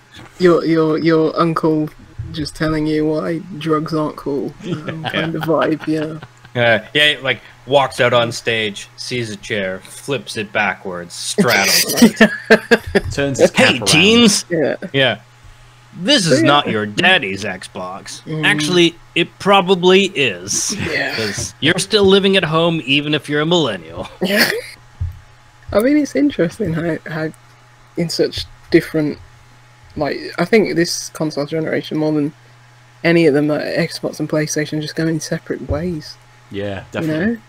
And it's ways I both appreciate from both sides. Yes, I want a console that only takes advantage of the new hardware and gives me those really, you know, pretty games. But also, I have, you know, coming up to, you know, over 10 years of games and a library and everything on Xbox. I want that to carry over. Yeah, I don't want to have to buy a new controller when the Xbox One controller is perfect as it is. I don't want to rebuy my games. Which I don't one want to of do your this. 70 Xbox controllers is the perfect controller? They're all perfect in my eyes. They're all equals. But it's like, yeah, like, I want that as a, you know, as someone who's doesn't want to spend tons of money on it, consoles, and it's like, I like convenience and I like services more. That I like services which are convenient for me more so than hardware. Then I mean, I miss the Xbox platform. Like, I sold my Xbox because I wasn't playing enough games, and honestly, it was because Ben and I played a bunch of Battlefield together, and we're hoping to do more of that. Sort of a few times a week, play games. And it was like, cool, I'm getting rid of one of these. I guess it's that one, because the people I was playing Xbox with bounced from out of lives, / just didn't hang out with them as much. Yeah. So it was like, this is an easy win, but also I missed that. And like, when we talk about these things, it's like, I'm like looking at my shelf, there's a PS4, a PSVR, a Switch, a defunct but using as Switch Virgin router because I want to wire some things, and a PS3. But I'm not sold on the PS5 necessarily in the same way, because it's not like I'm no longer.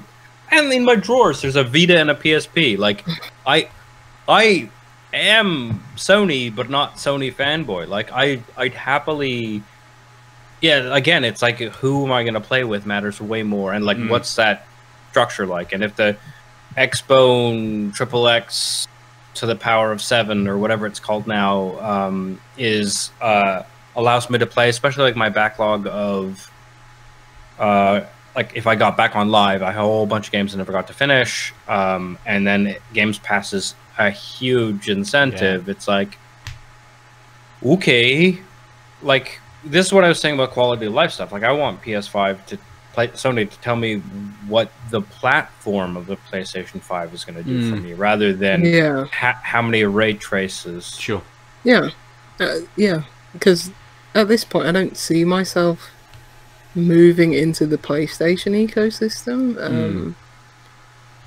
I'll obviously get a PS5 for their games, because their games, I was waiting for that. It's like, by that you mean you're going to buy a PS5? Yeah, yeah, because like, it's not going to be your primary all the thing. PlayStation consoles, I love PlayStation, but in terms of like, I think Microsoft are just a more forward-facing company. Yeah. I also like what they've been saying. Yeah, I mean they've kind of had their hand forced, but they always have been forward-thinking, like with Xbox Live and. Like Game Pass now and Project X Cloud. When Project X Cloud is like I haven't played. My PlayStation not plugged in. I haven't played a PlayStation game since Spider-Man DLC or something. And that was over a year ago. I'd love to just be able to have like a Game Pass equivalent. I play it on my PC, or something like that. But it's like I have no incentive to get into that ecosystem now, and it's like region locked. That really still annoys me to this day. If they turn around and say PS5 is region free, I'll be like, thank God, that's a start. Yep. That's what they should kick off with. Just but right now I'm too entrenched in Xbox.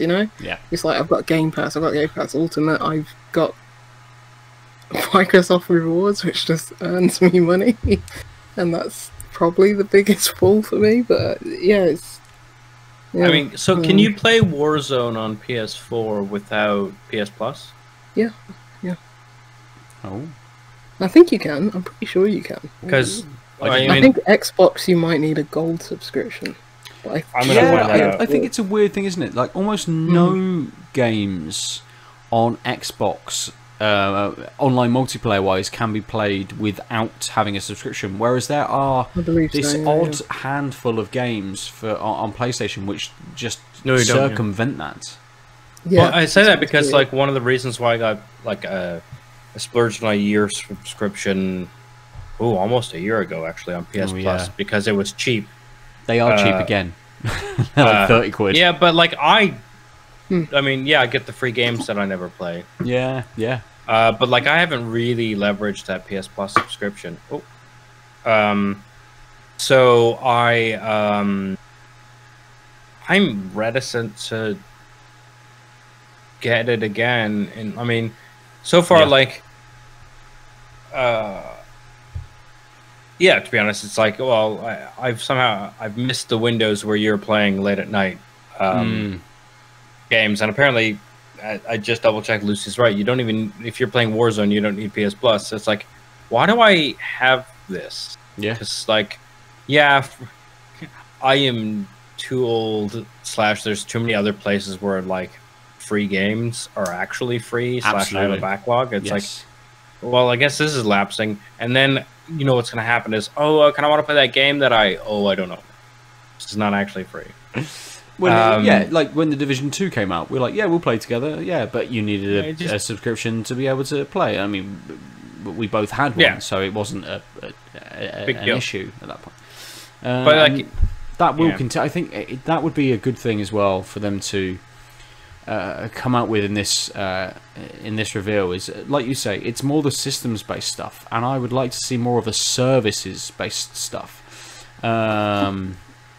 You know, them saying, yes, we are okay. We can't counter Game Pass, but what we can do is we can make PS Plus and PS Now like a rounded package for you know, like £8 or something, rather than the £6 that you already pay for PS Plus. Or, you know, for a very small incremental price, they can tack on PlayStation Now as a much more rounded kind of thing, and that way, yes, PS Plus can then evolve to be, yes, you're getting some free games, but you're getting a game that only came out last month. And the games that came out 3-4 months ago, you can play on PS Now or something like that. And I'd like to see that, but I'm not convinced that we're going to get that at all. You know what I'd like? Just one console that learns from all the mistakes and all the benefits of all free consoles and just brings it into PC. Yeah, but guess what? You can't play... Well, you can play Mario on a PC, but you know what I mean. Yeah. It would just be so nice. Like, I'd love if like Xbox had dynamic themes on PlayStation, like they have on PlayStation. Those are cool. And I'd love if when I go to the Switch PlayStation had a store, goddamn Xbox like online environment instead of whatever we have. That's another topic altogether. But I'd love that if I went into the PlayStation store and there's a theme there, I don't have to be only in Japan to have that theme. Yeah. I mean, so just this. Oh God, Nintendo! I just have to get this out. Which is with the like, I had the couple hours before we started recording.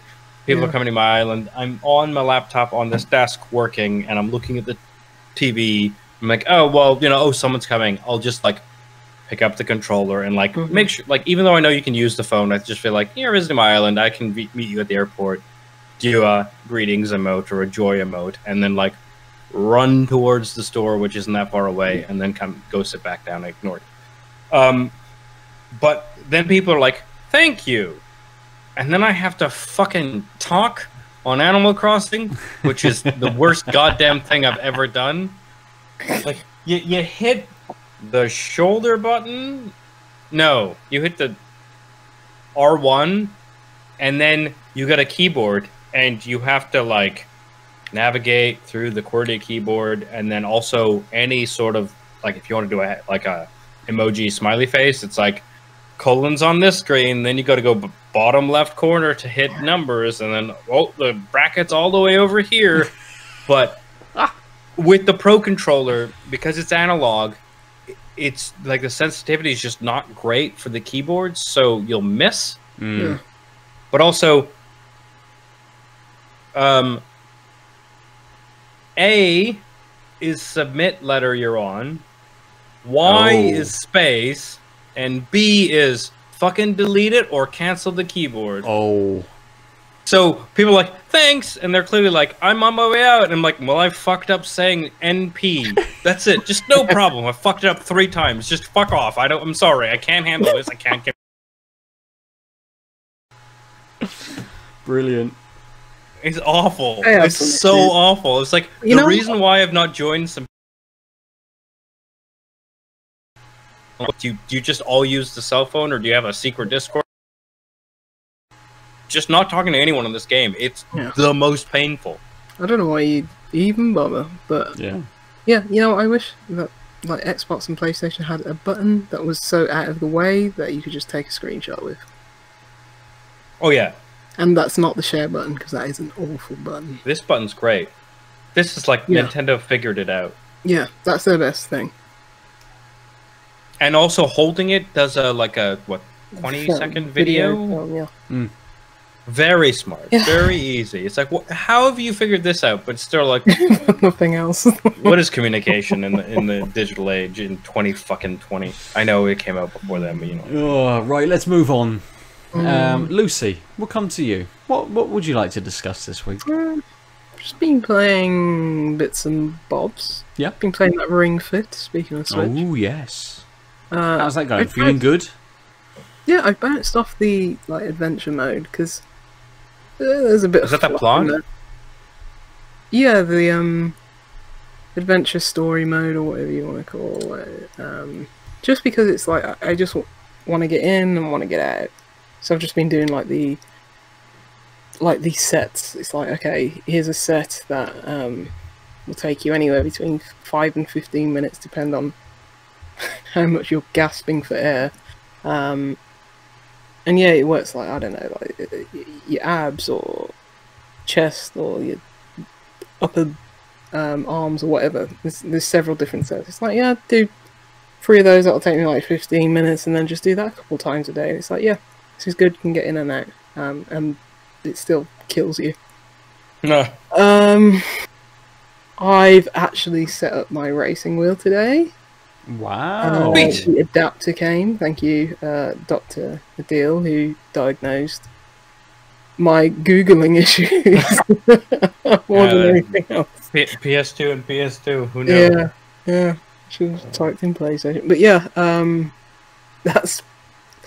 that'll take a bit of work because I'm going to have to map it where it's like, oh, this is a very old steering wheel, so it hasn't got quite the accuracy of probably a Logitech one or something, or Thrustmaster would nowadays. I think X input is probably the best thing you can do. Yeah, that's what I'm gonna do, because I tried mapping the controls in-game of Euro Truck Simulator, and having to change the dead zone and the sensitivity of the wheel and stuff like that. It was a bit of a headache. But also, if you wanted to use it on any other game, you'd have to do that for every game, and most of them don't have those options. Yeah, so basically, and for those of you who don't know, X input basically is open source piece of software that, because of Windows, it basically says, hey, give me an input mechanism, I will tell Windows it's an Xbox 360 controller. Yeah. And you can do all your tweaks over here in my software, and then Windows is like, cool, I know Xbox 360 controllers because we're both from Microsoft. And it's the easiest way to make what the fuck is the PS3 controller called now? 6-axis? Yeah, the 6-axis is a nightmare on Windows, or at least it was. But X input was the easiest way because it's got the right sets of buttons. Like the analogs are virtually the same, but you can tweak them in X input. Yeah. And because X input has things like dead zones and stuff, you can actually get more accurate on a 6-axis pretending to be a 360 controller than you can with straight Windows using a 360 controller. Yeah, nice. Because with the wheel, because it only turns when you're turning left or right, it's probably about 240 degrees or is that a full rotation? No, just not a full rotation. Yeah, so and then you'd have to turn it all the way left to get an input, and then all the way right on an input on Euro Truck Simulator. So I'm going to see if X input. I mean, that's just driving it. That's just driving a truck in it. You got to just pull that enormous wheel all the way round. But basically, I quit out the game because I jackknifed the truck, and that's where I got. So it's like, yeah, I'm not going to complete that job. So I'm going to see if there is any degrees between 0 and 90 and 0 and. I bet there's people. So I know Euro Truck Simulator when it first came out, and then subsequently when VR came out, because it was one of the few games that supported it, and it's also perfect for early VR because the whole point is I'm sitting here in my box. It's got eye tracking stuff as well. Yeah.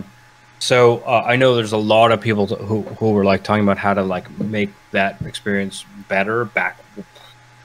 4 years ago, whenever VR first came out. So there's going to be a lot, and at that time people were using whatever. So doing a older Google search of I've got a PS2 thing. I bet you're going to get don't look at new posts. Look at what people were cobbling together, 6 years and ago. you'll probably figure out how to make that more like what you want. Yeah, I'll see how much research and effort I want to put into it, because you know what, I enjoyed playing that game on a controller, you know. And even when I was like, oh, I'm fed up with this wheel today, I'm just going to use controller and the pedals. That's fine as well. Oh fuck yeah, pedals are. Yeah, I wish I had one of those, but also I don't. I have too much. No, it's like, is this the funnest way to play it? I think if you had like a proper setup with like a really good wheel, that's probably the optimal way to play with it. But like a wheel that's 15 years, yeah, with eye tracking, because I was like, I'm gonna have to change the camera with the mouse still. Yeah. Because this you know, controller was basically for, well, it was for PS2. Yeah. For 2D games, probably, or not 2D, but you know, for like Need for Speed, where you didn't necessarily have to change the camera, like in the early ones. What about the camera? So yeah, I'll see how much work I want to It's either that or sitting really close to like a 6-foot screen, isn't it? Just pretending it's the windshield. And just I mean, make there's a some cardboard people who dashboard in front of it and sit there with your wheel. who did like the 3-screen version, where it's like a large screen for the windscreen, and then literally a screen Like for side your window. Yeah, exactly. Yeah, but because I was looking to see if there was any way I could do it so the camera didn't change at all, because that camera like auto, like I think it tries to like auto center. Oh really? Or maybe it was some. Last time I played it was like 4 years ago, and it was with the Oculus DK2. Yeah, so I don't know anything about like how the camera controls work in that game anymore, because all I can remember is, fuck, it's cool that I can look at the mirror, like and like it's one of the few video games where the mirrors work, right? Where you're like, yeah, you need those rear view, side view, so yeah, exactly. Well, it depends, unless you want to like go fuck some shit up. Yeah, and just get in accidents. Like the worst GTA style simulator. Like, thing's broken. Also, you owe $20,000 in damages. Great. But it's nice just to know that this 15-year-old steering wheel, paid £4 for the adapter. Hey, if I want to play Need for Speed on the emulator, I can, or something like that. Yeah, so, man, nice. Yeah. I don't know if I'll invest in a true racing wheel, because, like you do, I just don't need that, and it's a lot of money. Yeah. I think unless you're doing proper, like sim racing or something like that, then having a racing wheel is it's nice, but I mean, I actually think I'll be so my biggest problem with like. Well, I've never used like a proper sim racing wheel, but my biggest problem with driving games and wheels is I learned how to play driving games on a controller, but also I know how to drive. Yeah. You know what? A lot of them are like that, and then more recently you might get like a full turnover, but it's to me that's the worst, right? Because I know that like. Let's say that like full 180 is just not gonna do what the game thinks it's gonna do, and that's more of a cognitive dissonance for me, because it's like I kind of think it's like sim wheel or no wheel, because if you've driven aggressively in your past, you know exactly what the steering wheel degrees should be. I know what you're talking about. Yeah. I'm just saying. That's also another thing. I don't need a racing wheel, because I could literally just go out into my real life car and go fuck some shit up. You could have done several weeks ago when there was no one else on the road, but everyone else is on the road again. So. I haven't. But like, well, especially mates. Drifting's fun. But like, it's actually for a lot of the games out there, like because they're built for controllers. Like certain moves are harder with these like with wheels, because they're assuming you can like do that, but actually doing that is like right, like it's not quite, if it's not designed for that, then it's actually makes certain things harder, and it still doesn't feel like you're simulating what's going on, because it's less than what you would need to do or whatever. And like I don't know. I think in arcadey games, it would be fun, because when I first used this wheel, I was on the cusp of learning how to drive. Okay. And I was playing Need for Speed, and around that, I just remembered like one-handing rankle. I mean, I do that now in real cars, but I'm just, you know, one-handing rankle. It's fun. I think when you can drift and stuff like that, I think this is a much better wheel for that purpose. This, I don't When think you realize that you can, simmy games were around back then. You know, like really simmy games. if I can't change lanes in a game with just thigh shifting and hitting the wheel without ever touching it, it's not a real driving simulator. Not that I've ever done that before, / multiple times on road trips. When people look into your car, like, he's coming towards us, but he's doing this constantly. Sometimes you have to. Sometimes that's what I need. I mean, the worst was when I learned how to do that on road trips with an automatic vehicle, and then when I was driving manuals, it's like, can I do this? It's like, well, I just need to pin the wheel at a certain point in the change by like raising my right leg, so then I can quickly fire my left leg into the clutch and shift, and then back out to catch with my left leg the wheel, so I can turn it that extra 5 degrees. And it's like, oh, maybe I should stop trying to learn how to dangerously drive. Yeah, we shouldn't gamify driving real cars.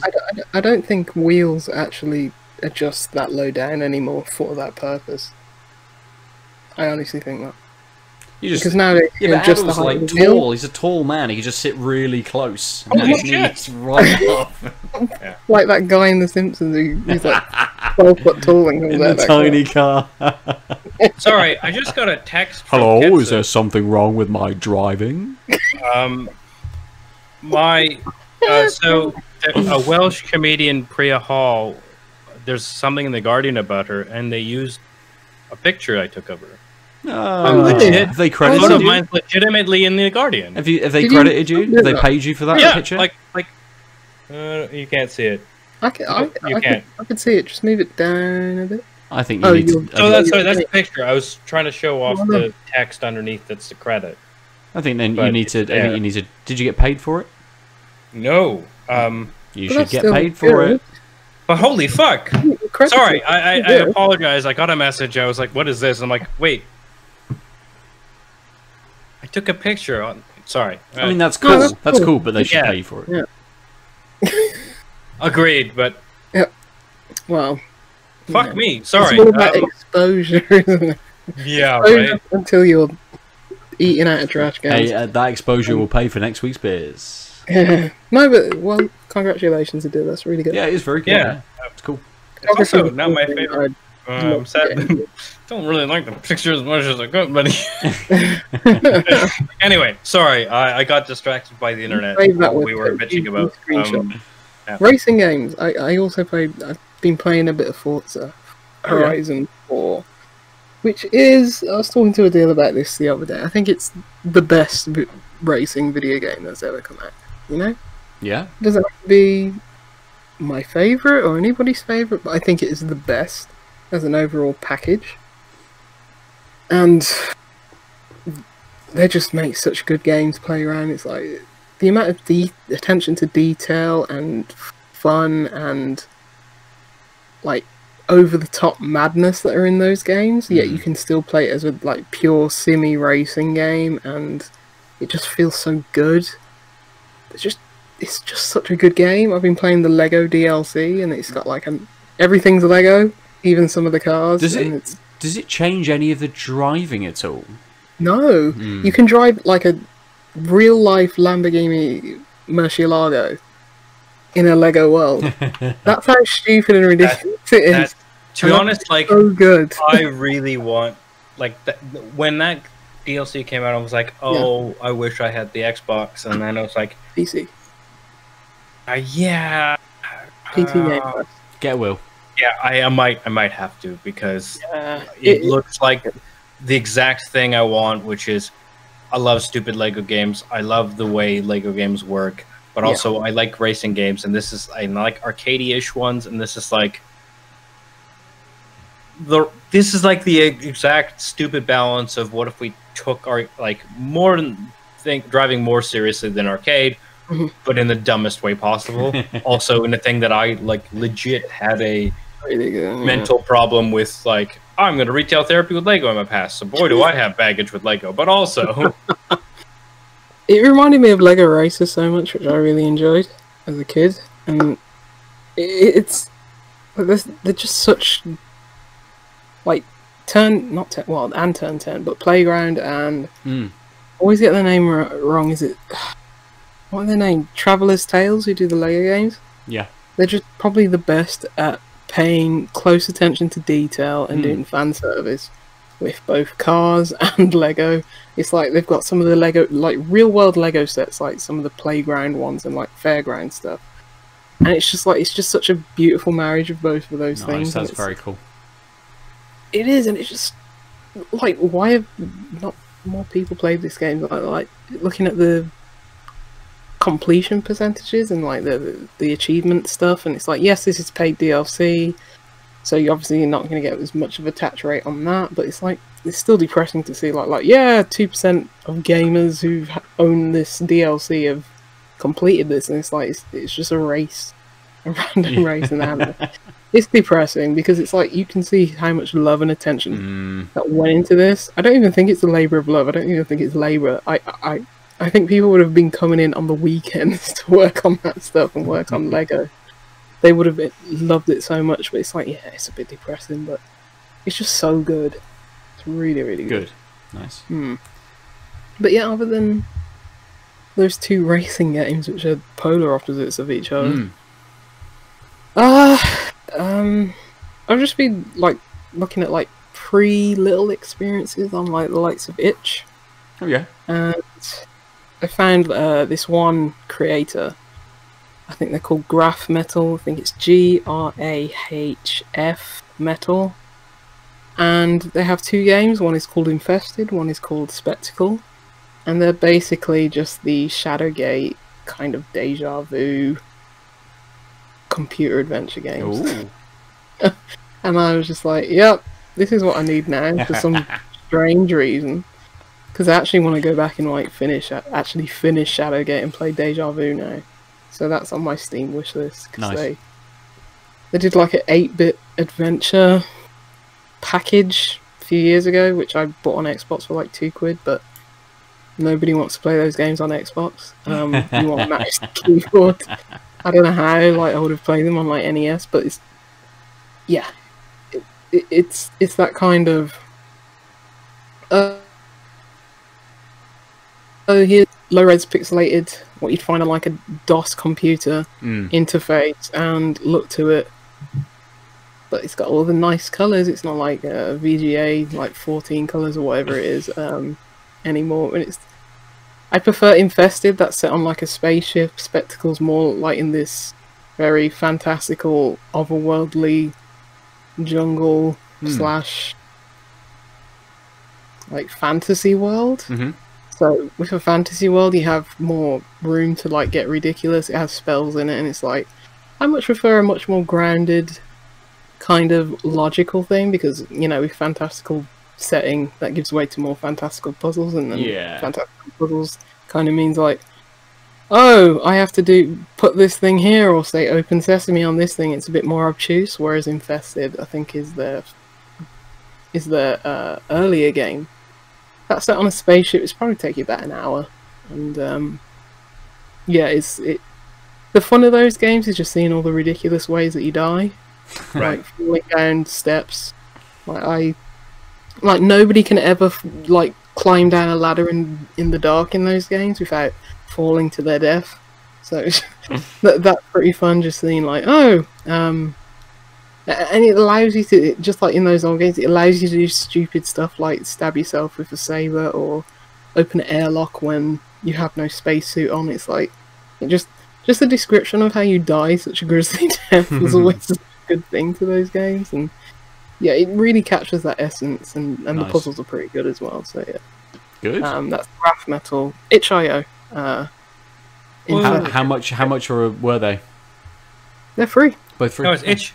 Yeah, it's itch.io. Yeah, but you pay for some games. Yeah, that's true. Yeah, but I mean, What I have noticed on itch is that a few games that have come out for like a couple quid or whatever that have like been well lauded. I was like, I swear I've seen this game before. It's like, oh, I saw it on itch when it was a free like 3 months ago, and then when they got enough polish, they're like, cool, we'll push it out on the Switch, and then it's like 4 quid. And I think I'm just surprised at how well that model has been working, because like either people are lazy or they want it on their platform of choice. Because like the few games I've looked at, like it's not like they pulled the itch version away, and like I know when I started playing video games, where like between shareware and piracy and all that stuff, like if there was a 90% version of the game for free, still people wouldn't fucking buy it. Yeah. So I'm really happy that, and maybe it's just because a lot of people don't know about itch or whatever, but like I'm really happy that they can leave the itch version up and sell it on a platform and make money. And so like it's not like itch is this weird springboard where then you wipe. Like the way I would have predicted it would be like, okay, we've put it out there, we've done some bug fixes, we've done some like iterations. Now it's polished enough. Burn the itch. And then release it. And a lot of these games, they leave the itch version up and it's fine. And sometimes it's even the same production version, because itch just doesn't live in that space where people seem to be treating it the same way that I honestly would have thought they would have. You're right. It does occupy that weird space, and it is a weird model. And I think it's a lot of, well, probably both of what you said. Like people are just unaware that it's on other platforms, like, or you know, someone has a look. It's on Switch. They think it's cool. Switch is my only gaming platform, and I like gaming on there. And I'll buy a game. I won't even research this game in terms of the other platforms. I'll just read the details on the Switch page and buy it. Or people are just like, what's this itch? I'll just buy it on my Nintendo Switch. And I think itch does a really good job at like highlighting creators. Like you can follow creators. Like I don't know if you can do that on Steam. I know you can look at like who the developer is. I don't know if you. I think you can follow them. But I think it's like hidden in like some, you know, in just like game updates on like Steam, like your news feed. It's like, who looks at that? Whereas if it'll email you if there's like updates from your latest creator. It's like there's people I follow, and as soon as I put out a new game, like we like Deconstruct Team over here on this podcast. It's like when they put out a new game, you get that email. And I think people really believe in like giving money to that like creators, and if something's free and they really enjoy it, I think you're probably going to see more people like pay for those games. Because you can just download them for free, or you can like I think take like, the downloads, or here I want to pay £2, £5 for this. And I think that's the like millennial post-millennial difference, is that like we view disposable income differently because we've struggled. We know what it means, and so, but also that means that like if it's like I can give you £2 for something you're not asking me for and feel okay about it, even though I couldn't afford the 15 quid version. Like I get this give and take, and so what ends up happening is more people hit the £2 mark, or enough that you can continue forward. And that's really important. And I think that like that's what a lot of, I mean, that's basically like the same idea of Patreon, right? Like Patreon is like, hey, I really like what you're doing. You're giving it away for free. I wouldn't mind. Most people I know who subscribe to Patreons aren't really like, but if I pay that 10 quid extra a month, I get this content, and this extra content is worth like why I'm putting the 10 quid. It's like I'm throwing some money to someone, and I get these bonuses. Like it's win-win. You're not. I'm not paying £10 for one extra podcast episode a month. Type thing. It's I want to help these people. I want to fund something that I enjoy. Great, I get an extra episode. Brilliant. It's a lot of good faith. It's like if I play Deconstruct Team's games and I never give them a penny on itch.io for all the free experiences, you bet in hell their next premium game, I'm just going to buy it. You know? Absolutely. I think Sock Pop If people don't know them, they're really interesting because they have a Patreon where they put out a free game every 2 weeks. Wow. And it's, well, not free game, free for their Patreon Free for the patrons, supporters. Yeah, but it's very much, oh, we're supporting these people, and I bought one of their games, which is really fun. That's called Pair Quest. But yeah, they recently put all their games out in Steam. But yeah, they basically got a Patreon where it's like, yeah, their patrons are basically funding their development of these smaller games, and I think they might be working on like a bigger project all in the background. But yeah, it was a really interesting model. Nice. Yeah, and if a lot of those smaller games are almost like systems tests or tonal aesthetic tests, stuff like that, it works towards a bigger product kind of like to come. You like to think that maybe that's how kind of these smaller developers are working, that they create an experience, but it's something that kind of pushes them or tests out something that they can then use on a wider or a bigger project. Yeah. May not be how everyone works at all, but probably isn't how anyone works. Really. Who works anymore anyway? Well, that's true. Exactly. Some of us. Everybody go get it. It's good. Which one? It's their best. Pair Quest. It's basically Hidden Folks, but a Metroidvania on one screen. Well, it's just a puzzle adventure game on one screen. It looks like Hidden Folks. Anything that looks like Hidden Folks. Oh, that update's gonna be out. There's more Hidden Folks. Lucy. Yeah. I'm logging off the internet until I complete it. Which will probably be about an hour. Yeah, more than likely. Yeah, just blast it. Yeah. Right. Let's finish there this week. Let's talk about the beers that we have drank. Lucy, we'll start with you. You cracked that Verdant as well. Yeah, I did. It's really nice. Very smooth and like creamy and piney and fruity. But I'm not going to count this. Sure. I'm not going to count this. You know why? Because it might well have been the winner. Oh. I don't want to give a winner this week. Okay. I'm going to go back to my old ways and give a draw. I was thinking about it. We're 2019 Lucy tonight. Yeah. And 2017 and 2018. I think it's basically what you're in the mood for.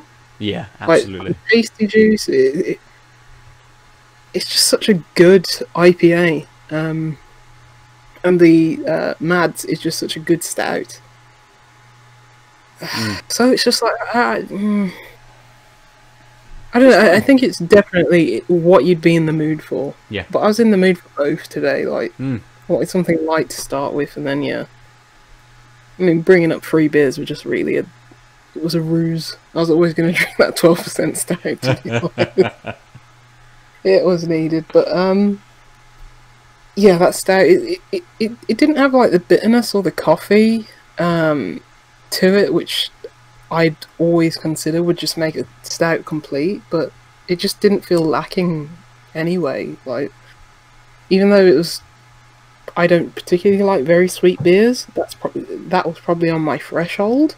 Yeah. Any sweeter, I don't know, but it just felt still pared back slightly, and I don't know how they did that. I don't know how they made it taste like that, because it didn't taste like 12%. It tasted maybe a high 9 or something like that, but not 12. I just think wonderful beer. But yeah, the Tasty Juice is just your quintessential IPA. It's something that I would never say no to. If someone had in the IPA, it's like, yeah, probably going to go for that. Right. It was like Lervig. They also do House Party, which is probably one of their staples, but I'd much rather grab this. I think House Party is like a bit lighter, isn't it? Yeah. Yeah, and it doesn't exactly have that punch of flavour, whereas this has as much fruitiness and as much bitterness in equal measures, and it's just a perfectly balanced beer. As is the Mad, so yeah. Nice. I'm going to go back to my old ways, and it's a tie. Okay. For me this week, I'm going to go for the Verdant. I will need your signature as pale ale. Very, very easy beer. Super, super soft. Super creamy as well in that mouthfeel. And those flavours, whilst subtle, they were distinct and they worked well together.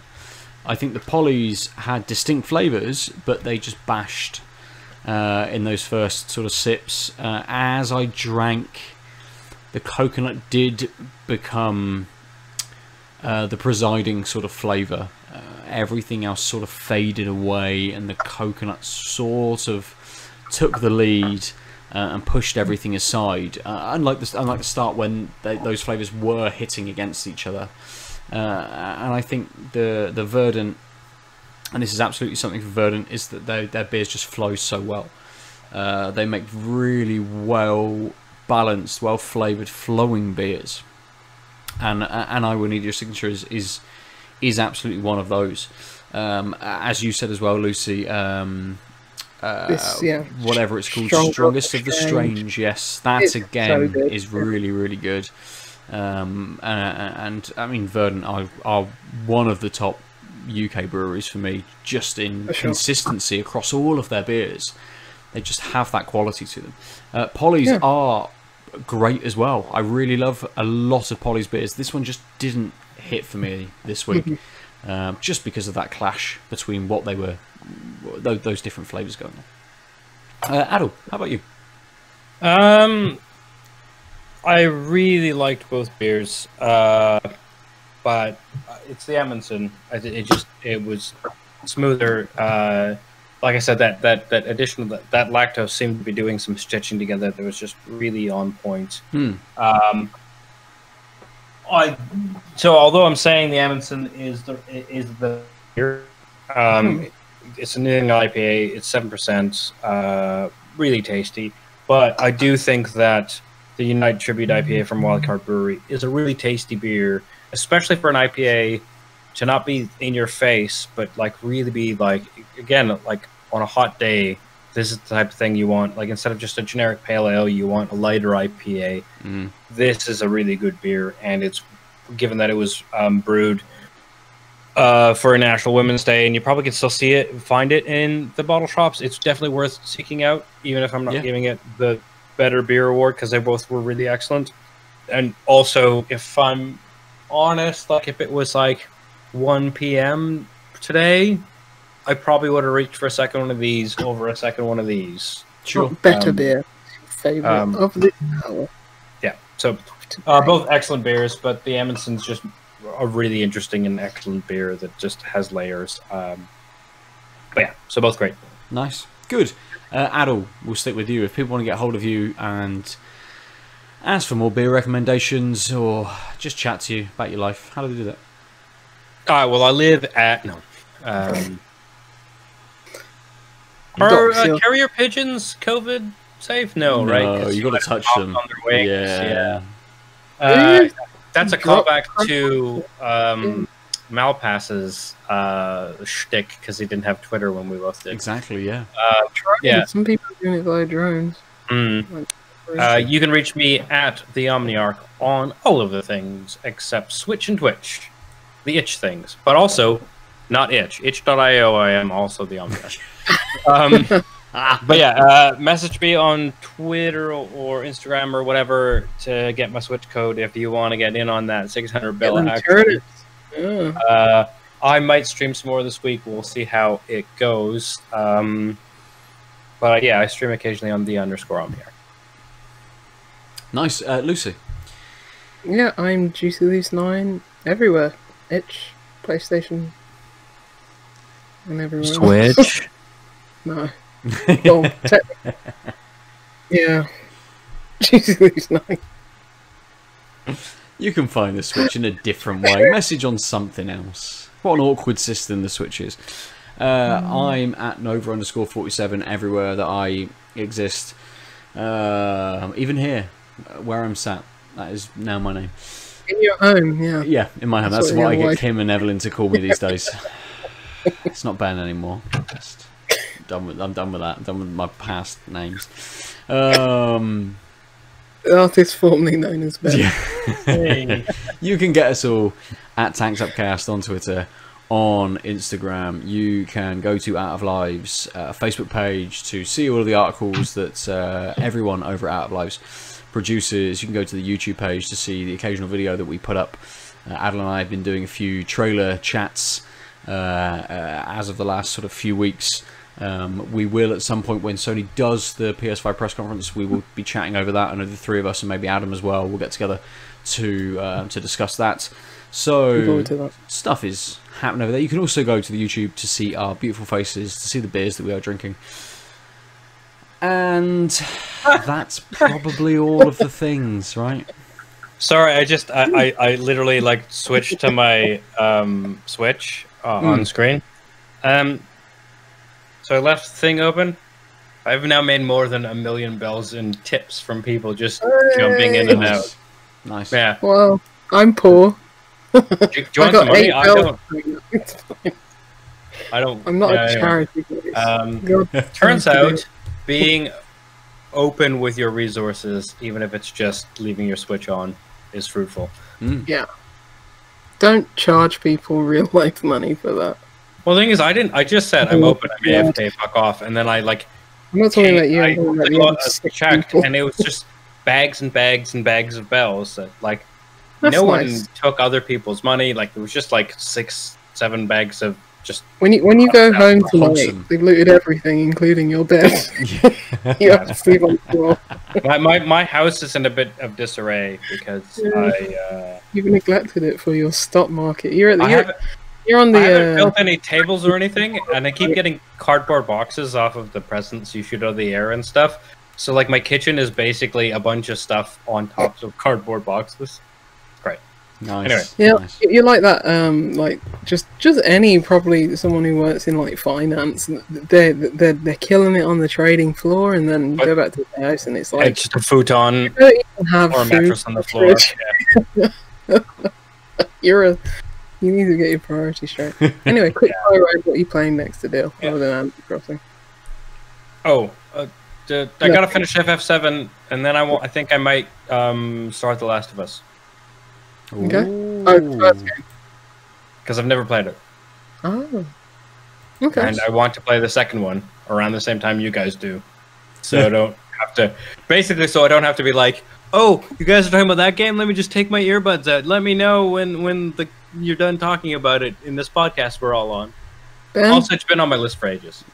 Yeah. I also need to finish Final Fantasy 7. I'm getting close. I'm in the Shimura headquarters. I don't know, a few hours left still. I need to get back to Disco Elysium as well. Right. I did start a couple of games. The Dolores Thimbleweed Park mini test sort of thing I played. That's probably one of my favorite games this year. There's I think it probably one of those, but my time is very, very odd at the moment, where I'm now on 3 days a week as doing childcare as a stay-at-home dad, not working, and her demanding most of my time, and then the other 2 days working, then working at weekends as well, when I sort of can, and in my evenings, to kind of make up on the 3 working days that I'm missing at the moment. So who knows when I'll actually get to pick a pad up and play something. It may be a mobile game next, Lucy. Who knows? Evelyn's off doing what she wants, and I just fucking on my phone for a bit. Right. I don't know. I've got no idea. What about you, Lucy? What are you going to play next? Undetermined. Okay. Oh, I've never heard of that. Is it an indie game? Is it on itch.io? Yeah, probably. Is it on Twitch? Probably. I'm playing right now a indie game called Rakuen. Rakuen. So many people have lauded this game. Yeah. Apparently it's like To the Moon and Bird Story, which are very much indie favourites. Oh yeah. It's like a pixelated. It's like kind of Pokemon, whatever came after like the Red and Blue era. Like that kind of art style, top down. So it's just like a puzzle adventure game, very colourful. Right. Great music. Nice. So I'm going to be playing that, but didn't want to embark on anything too big because of the biggies that are looming. coming up. Yeah. That are looming. That's fair. Maybe sooner rather than later. Yes, I did order. I did order The Last of Us Part 2 today.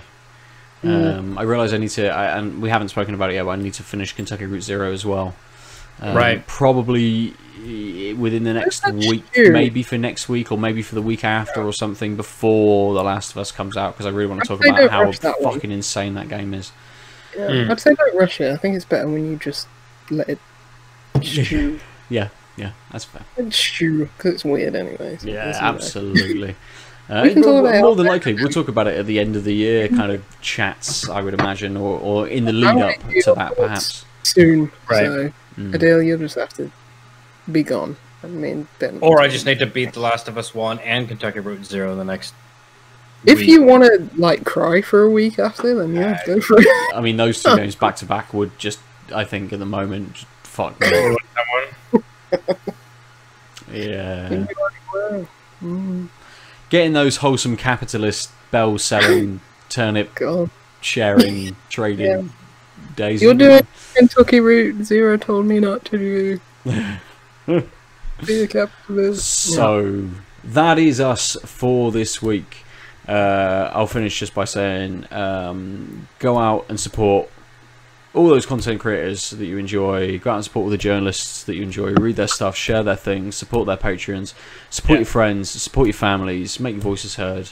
Talk to people. If you're uneducated and you don't know some things and you want to know some things, talk to people. People are out there and they want to share their experiences. They want to help people understand. It's all about fucking conversation at the moment, isn't it? So Agreed. Do that and just have a lovely week, and we'll catch you next week at some point. Laters. Bye. Ciao.